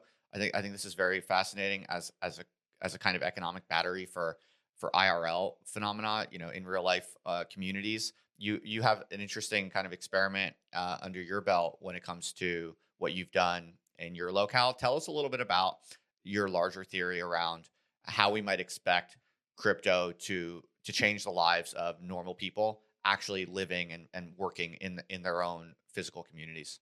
We're odd in the sense where, we're in rural Kentucky, right? We're not in San Francisco. We're not in New York. We're not in, Shanghai or what have you. And so we had built companies and sold them without venture capital, just, kind of bootstrapping it up and even selling them to public companies. So have it like, blue collar kids working second shift, third shift. That's just full disclosure, like background where we're at it, right? And so when you look at crypto, and there's people that are absolutely right that are saying, hey, capital begets capital. And the question for crypto is Is it going to be like neo-bankers just using better rails, or is it actually going to benefit anyone down the long tail? And this gets back to your Medici question, what do I do? Well, one thing is you just switch your lifestyle over to being a product, to actually owning the things you use, right? And so the basic thesis on crypto, is, at least that we have, is one, the stuff we're talking about will absolutely happen. It's like strong form technology, weak form technology, like Chris Dixon, like Silicon Valley, but like his idea of that is right? It's like the strong form always wins. YouTube wins over all the guys trying to sell B2P SaaS video processing to banks or whatever, right? The strong form will win. But where it's a bit of a nuance is that retail can kind of only understand one thing at a time. So on NFTs, like OpenSea's dominating everything because you're like, oh, it's eBay for digital things. I can understand that. It's like Craigslist. It wasn't a bug. It was a feature to look like classifieds and be messy, right? That's what drove retail. And so where we are right now is you have the crypto Illuminati doing trades. That's fine. And now the next unlock, and this ties to the political, is around NFTs. People saying, oh, I can actually make money not sitting at a corporate desk. I can make money around art. I think there's like value in that. At one level, trading becomes entertainment. Like the idea that if my Robinhood account doesn't really give me stock, if it's only an IOU anyway, I might as well trade something I like. So maybe it's like Pokemon, or maybe it's my own identity or whatever I'm doing. Like that makes sense. So that's like this next blow up around that, where I can collateralize that. But the bigger blow up is like as crypto touches in real life, IRL. And this is what like nobody's talking about. So it goes from finance to like art and rights. Like those NFTs as rights for things in the real world is one way to think about it. So my title to the car, the deed to the house, the ability to unlock, an experience, whether it's staying at a place or renting a place or using something, is like one big piece that's just starting to come online. And then the other piece is crypto is an economic battery to solve what they call cold start problems in the business, right? That's why like the Helium thing's a great example. How would you build something to compete with Verizon? Because that's what Helium did. Verizon was going to like sue them out of existence, and now they're going to like partner with them. Let's just non-disclosure, I don't know, supposedly, blah, blah, blah, blah, blah. But the idea is, how would you solve that? How would you get 200,000 people to run a box to take on like an aggregator? And the answer is you'd give them ownership in the thing itself, right? And so like now that literally allows me to remove all my cost centers as a person or as a small business operator, not a crypto trader, not coding, old school language C+ or new school Python or like Solidity or Viper, but literally just running a restaurant. I don't listen to the thing that costs me $35K a year. I listen to the thing that's free and gives me ownership. And in that ownership, if I want to sell it off, I make more than I'm making selling my burgers, right? Or I run this building. We're down the street from Churchill Downs, which is it's an old bourbon bar from 1800s, through Prohibition. And this community, it's named after this horse that won the Triple Crown. His nickname was Mr. Longtail, so we use that as like a wink and a nod, and it's like tied into the whole thing. And it basically drug fire, going to get turned into parking lot and then mini storage. And so we ran a box for $300 that anyone could get. You could literally order it. You could, back in the day, you could 3D print it, I think. So even less than that. And it basically paid for the building and paid for the renovation, right? And so like that literally allows me to say, oh, I can run a restaurant and not have to pay rent.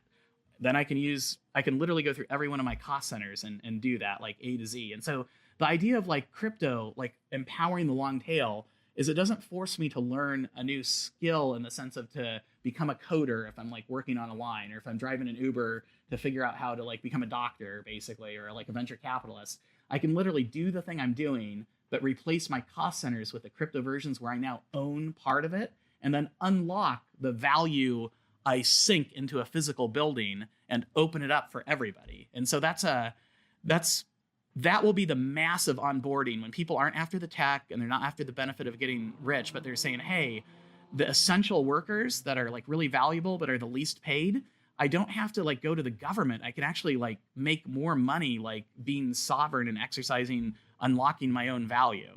I don't know if that's what you're after, but it's right.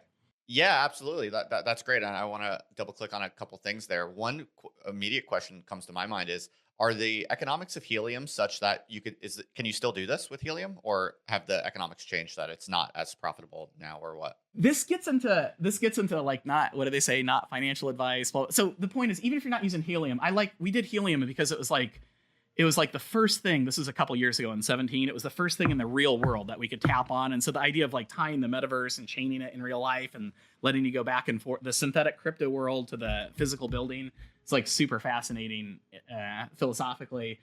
So early on, you could run a box and do, 5, 6, 7 figures out of it. And it depends on your geography. If you're in San Francisco and there's 1,000 boxes, they have it hexed out. So if you have too many in an area, not so much. If you're at part of the long tail geographic distribution, meaning out in the middle of nowhere, like Louisville or Paducah, like you're over incentivized to do it in like non-cosmopolitan areas. So number one, that's like one piece. Number two, there's 20 other things besides helium. If you don't want to use that, that's just like the most people understand that. That's the easiest. We personally think helium, like I would say it's still, you're earning these tokens. They went from 20 cents to $27. And you say, all right, that's fine. That's like that did a gain. That's great. Can you buy them? Yeah, you can buy them, but you can just run a little box or whatever. They were just doing that under IoT, what they call Internet of Things, like the scooters and UPS. That was like the unglamorous, unsexy Trojan horse just to get people to build the thing. And now that they have that, guys in the community, it's not a company, it's a DAO, right? So it's community owned. Think of it like a co-op or a Grange. Guys in the community were tinkering around. They're like, oh, we got 5G to work on this. And they're like, maybe we should start broadcasting 5G. So they made a community initiative and they're doing it. And now the big telco carriers that were like going to sue them to oblivion say, it costs us several tens of thousands of dollars to build an antenna to deal with the city. We can just like kind of rent your network where you guys put them up in these windows. So now they've become, that hasn't yet hit. That's hitting right now. And so it went from 20 cents to $20. We haven't turned on 5G yet. And then after 5G, there's Wi-Fi, there's satellite, there's near field things. So my personal opinion is if you think of Web 1, Web 2, and Web 3, where Web 1 is dial-up and Web 2 is, Wi-Fi and maybe limited cell carriers, and like Web 3, there's financial and technological stack components for each of this. But on the data credit piece, the thing that you can't tamp down and hit the kill switch on, we kind of personally believe helium is going to be the data credit for all of Web 3. And like there's 20 other things like helium coming on in the next 6 to 12 months that are all focused on in real life. So helium, I don't think is too late, but they're back ordered like several 100,000 units if you can get one. They trade on eBay or whatever, but they're just releasing 5G. But regardless, in real life stuff is coming out all over the place, so you're not limited by just helium. Okay, fascinating. Thanks for that primer on that part of the space. So the final thing I want to ask you a little bit about is specifically how some of these first principles would apply to the situation of what we might call intellectuals or academics, or however you want to conceptualize it, because that's something that you and I have in common. We're both academics who, chose to, seek our calling in the Wild West, as it were. And so I'm sure you've thought a lot about this. I have a lot of people listening to the show or watching on YouTube who are either academics or maybe they're para-academics. Maybe they're, thinking about going to grad school, but they're quite, intrigued about possibly trying to make it on their own independently outside of institutions altogether. So a lot of people sense that crypto is important. They want to get involved. They want to start building intellectual projects in a way that leverages these new technologies. But I mean, even myself, who I've been paying close attention to crypto for years. I've been pretty bullish for a while now, and I'm pretty avant-garde when it comes to this larger movement of defecting from the institutions to build on the internet. And I have to admit, it's very hard to build a mental model that is confident because there's so much change, right? The patterns are changing. The best practices seem to be changing all the time, the tools, the technologies. So I would love to hear just anything you can share from a kind of first principles perspective on how you think creators and intellectuals in particular should be thinking about actually making plays in this world, actually implementing strategies or tactics. What does that look like to you? That's funny. I was going to ask you that same question. So that's you beat me. No. Well, I have theories. I certainly have theories, but I would love to know your perspective.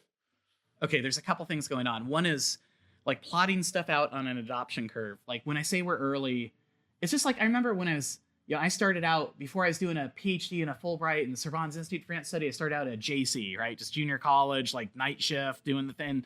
I remember my professor, I'm super old, right? I'm much older than I remember him saying, hey, there's this thing called the internet and you have to be really careful with it because it's not peer reviewed, right? And anybody can put anything up there. And how are you going to know it works? And so that was the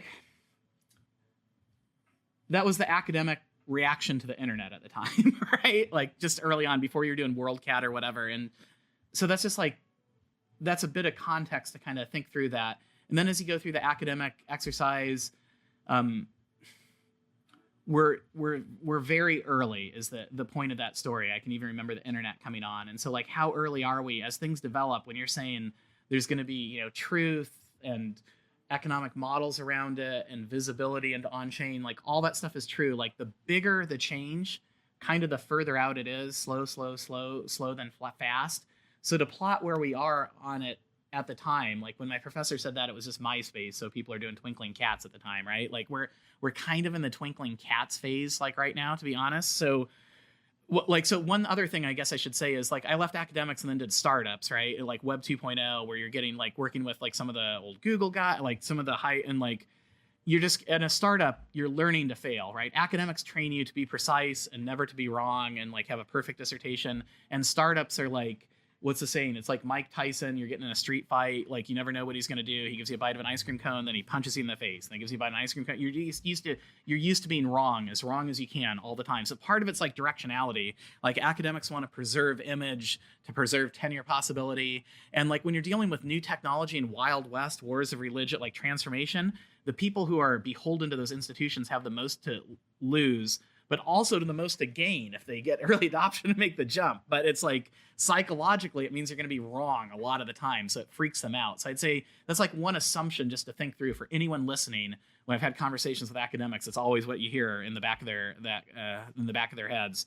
So that's one piece. So right now, if you basically said, hey, if you just learned a little bit about technology, if you ran something that has nothing to do with your interest, but just instead of having to, you could do research independently, make a living doing any of these IRL crypto pieces that might not be tied to your research. Say if you ran a Helium node and you're doing 6-7 figures out of it, like you would do that literally doing nothing, and then you're not beholden to, tenure, what have you. That's not super fulfilling because it's not tied to like what your identity and what you're doing, but that's kind of trading coins and what have you. The next piece is people wrapping NFTs around it. And so for creatives, this is them capturing value through these platforms or through these value transactions.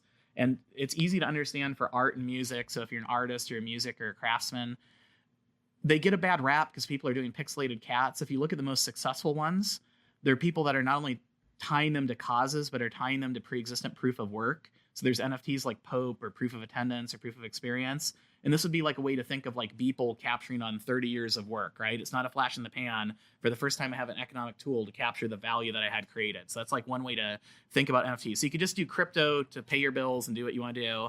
You could craft NFTs around pre-existing work you have done or already doing. And then this next layer, which is just one other parenthetical note around that, around esoteric knowledge, you're starting to see platforms develop that are economically incentivizing esoteric knowledge. And what I mean by that, like just use one tactical example, like Upshot is a great example. Like it's early, but this is what you're going to see out of something like that is NFTs have a problem in terms of price discovery because you have to sell it to know how much it's worth. And so you can fractionalize it. One other way to do that is to have experts, not just curators, but like real people who know things about things and have good predictive capability and deep knowledge bases on like a long tail of like esoteric subjects. And so you interact with one of these protocols and it records it on chain. And as you interact and say, this is high quality, this is low quality, this is meaningful, this is not meaningful, this is that, as the data points resolve in your favor, you get an on-chain reputation and your percentage of downstream royalties and what have you. This can be on like 17th century like floral pick. I mean, it can be like on the more esoteric it is, the more difficult it is to get that price discovery, right? And so there's a whole world of stuff unlocking around current state NFTs. And then the third phase is this NFT is intellectual property, which I think is like which is really where your audience will go. It's earlier down this tail, obviously, but like you're starting to see that. And so you're starting to see hardcore research, longevity patents wrapped up as NFTs and then bought even by DAOs lately, which is complete madness. And so the idea of saying I can do any research, whether it's like political philosophy or whether I'm selling, like getting liquidity provided on like a fractionalized NFT to be able to like set up a lab like and actually do my material science. If I do it in a group where I'm pulling things together through a DAO, I think that's where that ultimately goes. And that disintermediates education really fundamentally. If you believe that millennials are at the edge of the cliff, so every year education gets smaller and smaller and smaller, the odds, like we're here in Louisville, I won't mention any universities, but if it's 6 figures for room and board and your graduation rate's 50%, and then like, what am I doing? Well, I can get a Google certificate and have better hiring. But like, what if I actually like learn through a DAO and capture the value through NFTs of intellectual property? That like opens up the world for every academic, but it's early. We're only seeing the first glimmers of that.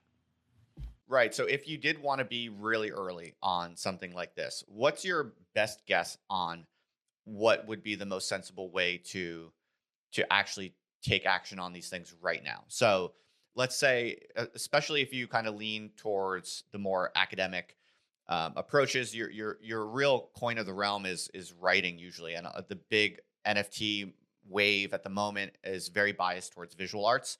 So this is something I've been thinking very deeply about. Right, the logic is there, but the patterns and the norms really aren't there yet. If you're a writer or an academic and your work is primarily, the written word, should you be, one possibility is you can write a research article and you can mint an NFT corresponding to it. You can put the article as metadata for the NFT. You can use the NFT to gate access to the article. There are different possibilities about how you could actually put this into action. And that's where my mind starts to, it's not figured out yet. It's just fuzzy. I don't have a strong conviction or a mental model around what is the optimal and most sensible way to do it. And I think if you're a sophisticated intellectual and you're really, working for the long term, you don't want to just be hopping on bandwagons. You don't want to, like in a year, I don't want to look back and be like, I was doing the twinkly kittens, So I'm curious, like concretely and in a very immediate actionable sense, if you're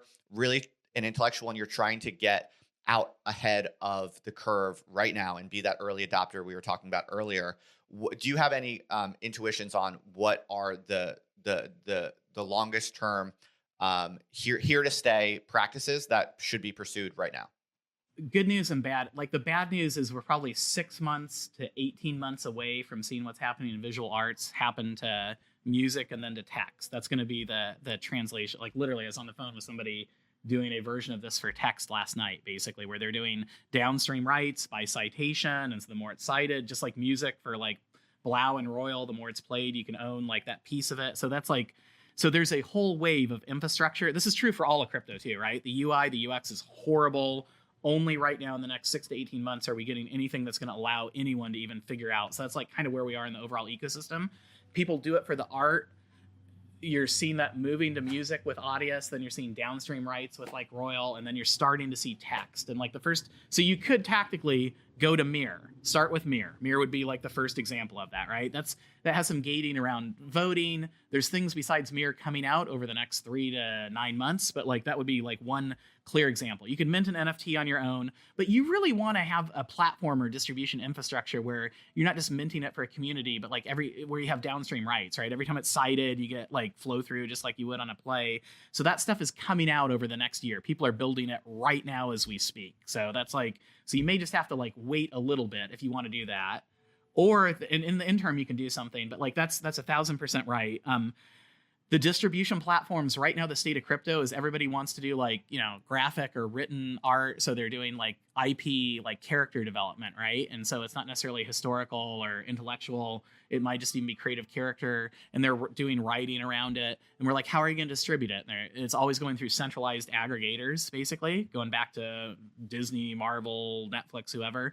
So right now, people are just starting to build we have to wait for decentralized distribution. When you have decentralized distribution, then you can write a piece, then you can have downstream rights, and you can tie it on through an abstraction layer. That's the thing you're waiting for. When you see that, it's like green light, go, basically. In the intern, I think there are a couple things you can do. So one is anytime you have a text platform coming on, you can, I just would frame it up to the audience like, hey, we're playing, it's early days. I don't necessarily want to be minting my own NFTs to do that, but I can play on Mirror, the next thing that comes out after Mirror. Or I might even like think about social tokens and social coins, which are like a little bit of a, they're still very early, but if it's in an experimental phase. So anyway, I was doing that Ivy League lecture, all the kids were like, all they wanted to hear about was like social tokens and coins. It was like very surprising because like they saw it as like the absolute extension of NFTs, like bet on me as a stock and my future proceeds of what have you. Like, again, the technological infrastructure, it's just like the NFTs for royalties. We talk about it as if you get royalties out of a song or out of a piece of art, But the truth is we don't have the connective abstraction layer between those platforms. If you want downstream royalties, it has to be on the same platform. And the next 6 to 18 months, like projects are underway connecting those. And so the same thing with social tokens. You can do it and you can tie on downstream royalties for investors and liquidity behind you. But artistically, this would be like Rally.io, or it would be oh man, what's the big social? There's a few of these platforms that are doing it, not just artistically, but like I have a social token. Yeah, that I'm exactly. Exactly. Yeah, so yeah. You could do that, but as you well know, it's like limited because you don't have connection into like what's the output of it. You need distribution in there. That'd be one other piece. The other thing I would wait for the distribution, but in the interim, what I would do is I would pull. I know it's like trendy to say Beeple, and I'm not even that much of a fan of his art, but like what he did was the right way to go about it, to like do proof of work, building a community, and then when you have the distribution, flipping it on in the right way, right? And so what you could do is you could build a community, not just through NFTs, but I might, if I were an academic or intellectual, really be thinking about the proof of attendance and proof of experience and proof of work tokens. Like Beeple did a proof of work virtually just by every day doing it. But you could be doing that and building an audience and basically saying, hey, everybody that listens to this has a proof of attendance, right? And starting to construct some pieces around that. And then you could tie in liquidity if you had it around. I mean, I think it's going to force some intellectuals are just going to be for entertainment and thought development and personal development. But I think, and this is a dirty word in academia, but I think sometimes what intellectuals do has a lot of like immediately salient, like social and cultural and political action, like lines. And so tying it around that is also very interesting, right? If I'm doing research on carbon sequestration, saying, hey, I'm going to use NFT liquidity providing for paying for farmers planting trees, or if I'm going to do social like exchange of free ideas or dissent, or looking at both sides of an issue, like tying NFTs around that, like that is an object I think is a good intern step. But long story short, like you want to be building that community through these different mechanisms, like while you're waiting for distribution. And then when distribution like is at scale, you hit go. Okay, fascinating. That's very good. So, and just to be clear about what you mean when you say waiting for distribution, you're talking about some kind of platform that kind of catches lightning in a bottle, and there's decentralized sharing and discovery. Is that what you're talking about? Yeah. And there's different flavors of this.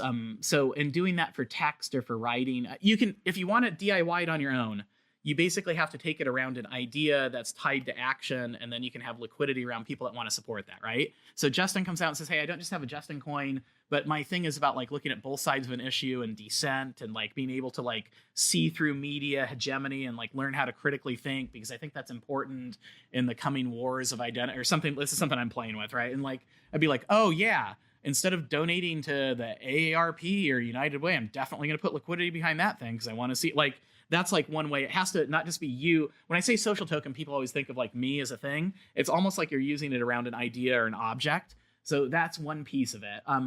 Or for the carbon sequestration, not just doing carbon credits like on Chia, but saying, no, how do I make it win-win, to use a cliche? The farmers are using Monsanto. How do I pay them to plant trees? Okay, I actually have an NFT that's like generative art and it's tying into a puzzle, and the community coordinates around this. And when we unlock something, people are donating, we'll donate, like providing liquidity, and like you're actually paying farmers to plant trees. And now farmers are like generating more economics than like, spraying chemical. Like there has to be academics would really have to think through the mechanics of how that works. But in the interim, there are platforms just now emerging. It always goes art, then music, then text. But we've seen this with art. It's just starting with music. So let's look at that.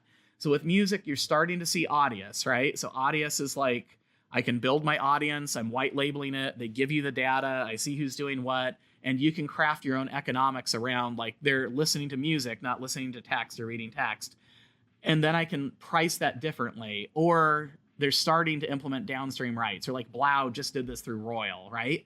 So it's probably a year or two away from really hitting, and he's transparent about that. He's saying, hey, I'm an artist, a creator.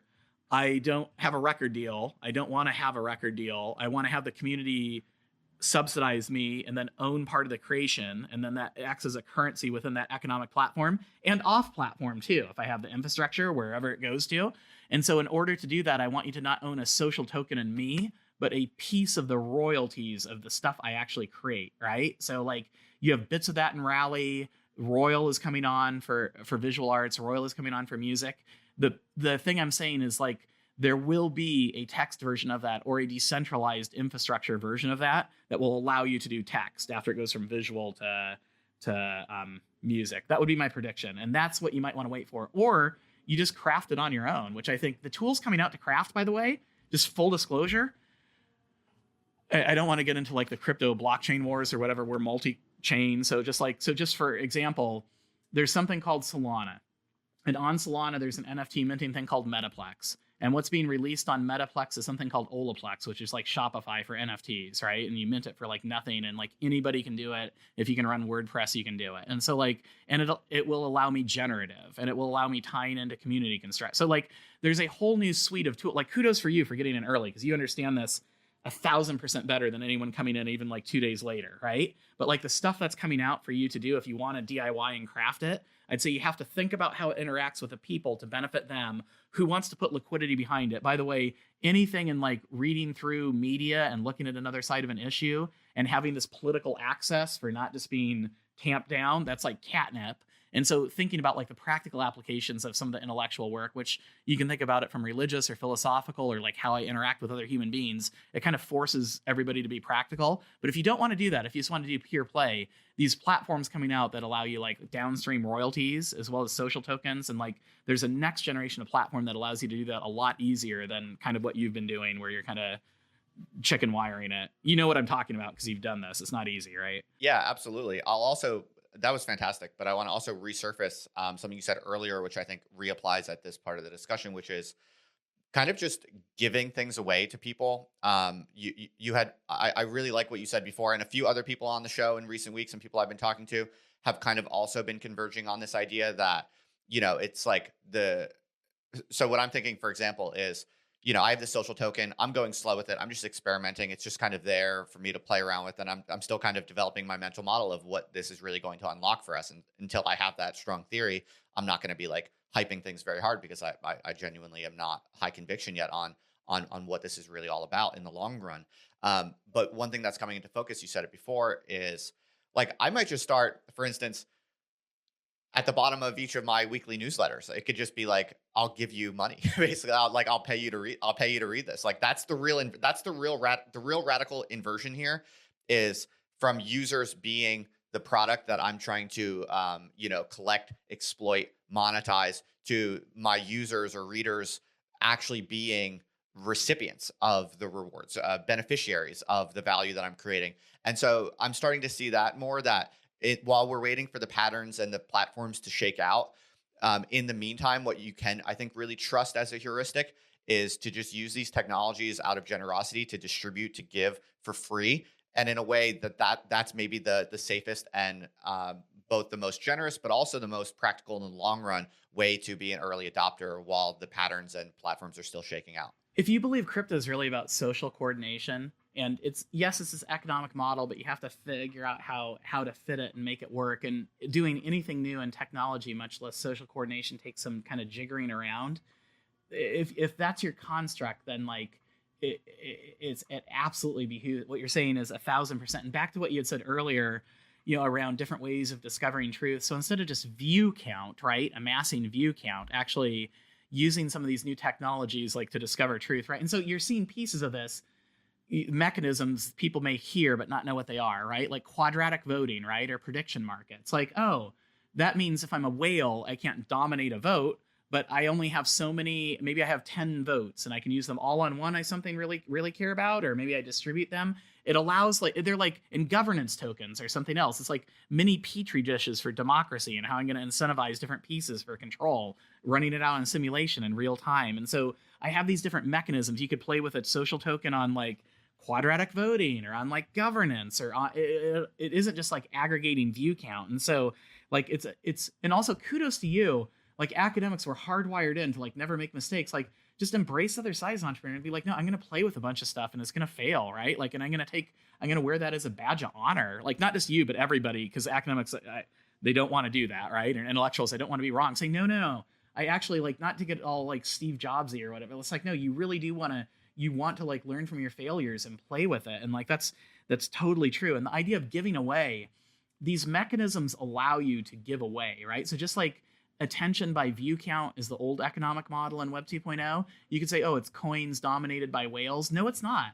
You can program these things. You can program them to say, I'm just going to use a musician because it's the most concrete thing for people to think about, and then you could apply it to newsletters and what have you. You could say, hey, whoever bids the most on this NFT might not be a piece of music. It might be co-creation, right? It might be co-writing. It might be co-content creation. The object morphs, just like in the Renaissance. It's not top down and dictating. It becomes co-creation in different ways. And you can define the constructs of that, right? So I can do co-creation around that. And like, maybe it won't just be whales doing it. Maybe I'm also going to assign governance tokens for whoever was earliest, right? So whoever was the earliest newsletter subscriber, I basically go through and do like a reverse economic incentive, and like I'm incentivizing the earliest people, or I'm incentivizing the most views, right? Or the most, like you have tools to say, what do I want to create value around? Not just sharing. The old world is you're sharing, right? But around kind of co-creation, and even the experiments of this you're doing with the community, and you're co-creating as you're figuring this out, and say, what do people really want, and what do I want to do, and how do I want to interact with them? That's why the generative stuff, it's like people are like, that's why generative is hot, not just because it's like artsy and weird and technology, but because people get to co-create on chain. When you mint that, you're part of that process, right? And so saying in the intellectual realm, what can I co-create? Maybe it's just voting on topics. Maybe it's backing different people. Like you can almost think of like an esports version of like intellectualism, right? Like how do I like create this bi-directional, like interactional doorway through this? Not just reading, but like these different forms of co-creating. You can go through topic format, like collaborative. You can go through your whole like typology on it. And then you can say, okay, now how do I want to incentivize or give unlocks through NFTs to like access and experiences and ownerships, including downstream rights on that, right? And that might be biggest voting, that might be generosity for sure. And then you can sort of fine tune and tweak the generosity and say, I want the guy, whoever was my earliest backer, I want a disproportional, and you can do that retroactively. You don't have to start today. You can go back through on chain. Like that's the stuff if I would be playing with. When I say build community, to unpack that, that's all the stuff I'd be playing around about, right? Do a drop and do it. Anybody doing a newsletter, do a drop and say, who are the earliest? Do a drop and say, who disagrees with me? And that's what also I should unpack. When I say POPE token or proof of attendance protocol, I can basically give a badge for different things, right? I can have like a gamified, who's like the best disagreeer with me, right? Who's on the opposite, the guy who wrote the Twitter thing on your book, scathing or whatever. You say, you know what? I put you up as a gold badge, right? That's the type of disagreement I want. Or this other guy, he's disagreeing in the wrong way. It's not intellectually honest, right? Like doing that sort of stuff, having that typology, I think is fascinating. And then what you could do is like play with like interactivity among those badges and typography, right? You get 5 good disagreements and you get into the governance, right? Oh, that's like a different type of like democratized, like, Bill of Rights or what. Anyway, I'm going on and on, but you get the idea of what I'm talking. When I say build community, that's what I mean. Yeah, it's great. It's great. I think that's all very fruitful and inspiring. It gives people a lot of different parts to think about. And I do really like this convergence on kind of generosity as the short-term default, the free distribution of things to try to reward whatever aspects of your community or your audience you want to reward. And then that the distribution of those crypto assets will then become the bedrock from which you could build larger and other things as the patterns and the platforms shake out. But as a way of getting started, I really like that. So that really kind of came into focus for me today, listening to you talk. So I appreciate that. Josh, we're coming up on 2 hours, so I want to thank you so much for your time. You've been very generous with your time today, and I'm very grateful for that. This was an amazing discussion. I think my audience is going to love it, and especially the academics and intellectuals out there in my audience, I think we'll take a lot of guidance and inspiration from your suggestions. So just want to thank you very much for coming on. No, thank you for doing what you're doing. Like, you're at the front of this. What you're doing is super important, not pandering, but it literally is one of the most important pieces, figuring out how crypto can empower this sort of discussion is like the great unlock for everybody along the long tail. And so, yeah, it's not easy and obvious. And if it were, it wouldn't be that meaningful. And so, like, thank you for doing what you're doing, sincerely. Well, I appreciate the kind words. That means a lot to me, really. And yeah, it's early, so it's confusing. It's confusing for sure. And it is kind of discomforting in a way because we're not quite sure how things pan out. So it's not quite sure how someone should allocate their effort and their resources, especially if you're doing, kind of long-term intellectual work. But I think you and I share the conviction that this crypto stuff will change everything, and it will set the patterns and the opportunities moving forward. So I'm just, like we talked about today, I'm just trying to be early and really build a genuine kind of first principles model of what's really going on and how people should place their bets in. So you've contributed a lot to that today. They thought the world was ending with Luther's time, so this is easy peasy. And like, if you do this, why not just try this, right? Like, I mean, what do you have to lose? Time, you learn something. But like, the crypto piece is asymmetric benefit, and like, I guess I just leave people with this thought from a historical perspective. Like, rarely do people during the most substantive transitions, like these long durée deep currents, are not on the surface, right? And so rarely do actors recognize the magnitude of the order when they're experiencing it. It's only after the fact, like the bigger the transition, the further after the fact that people recognize it. And I think, at least from my personal opinion and hearing you as well, there's more than enough evidence to say that this like fits all the criteria and kind of meets this heuristic construct that would at least have me really seriously exploring that. So I really appreciate the time to take a minute, and I appreciate this moment sincerely. Hey, thank you so much for listening to the podcast. You made it all the way to the very end, so you must really like the show. In that case, I would be super grateful if you'd be so kind to leave a review on Apple Podcasts. All you have to do is go to otherlife.co/review. That's otherlife.co/review. And it'll send you an Apple Podcast. Just leave a review. You can be honest. Tell me what you really think. I'd really appreciate it, because it'll help other people find the show, and I'm really trying to grow out the podcast. So thanks for listening, and thank you for leaving a review. I really appreciate it.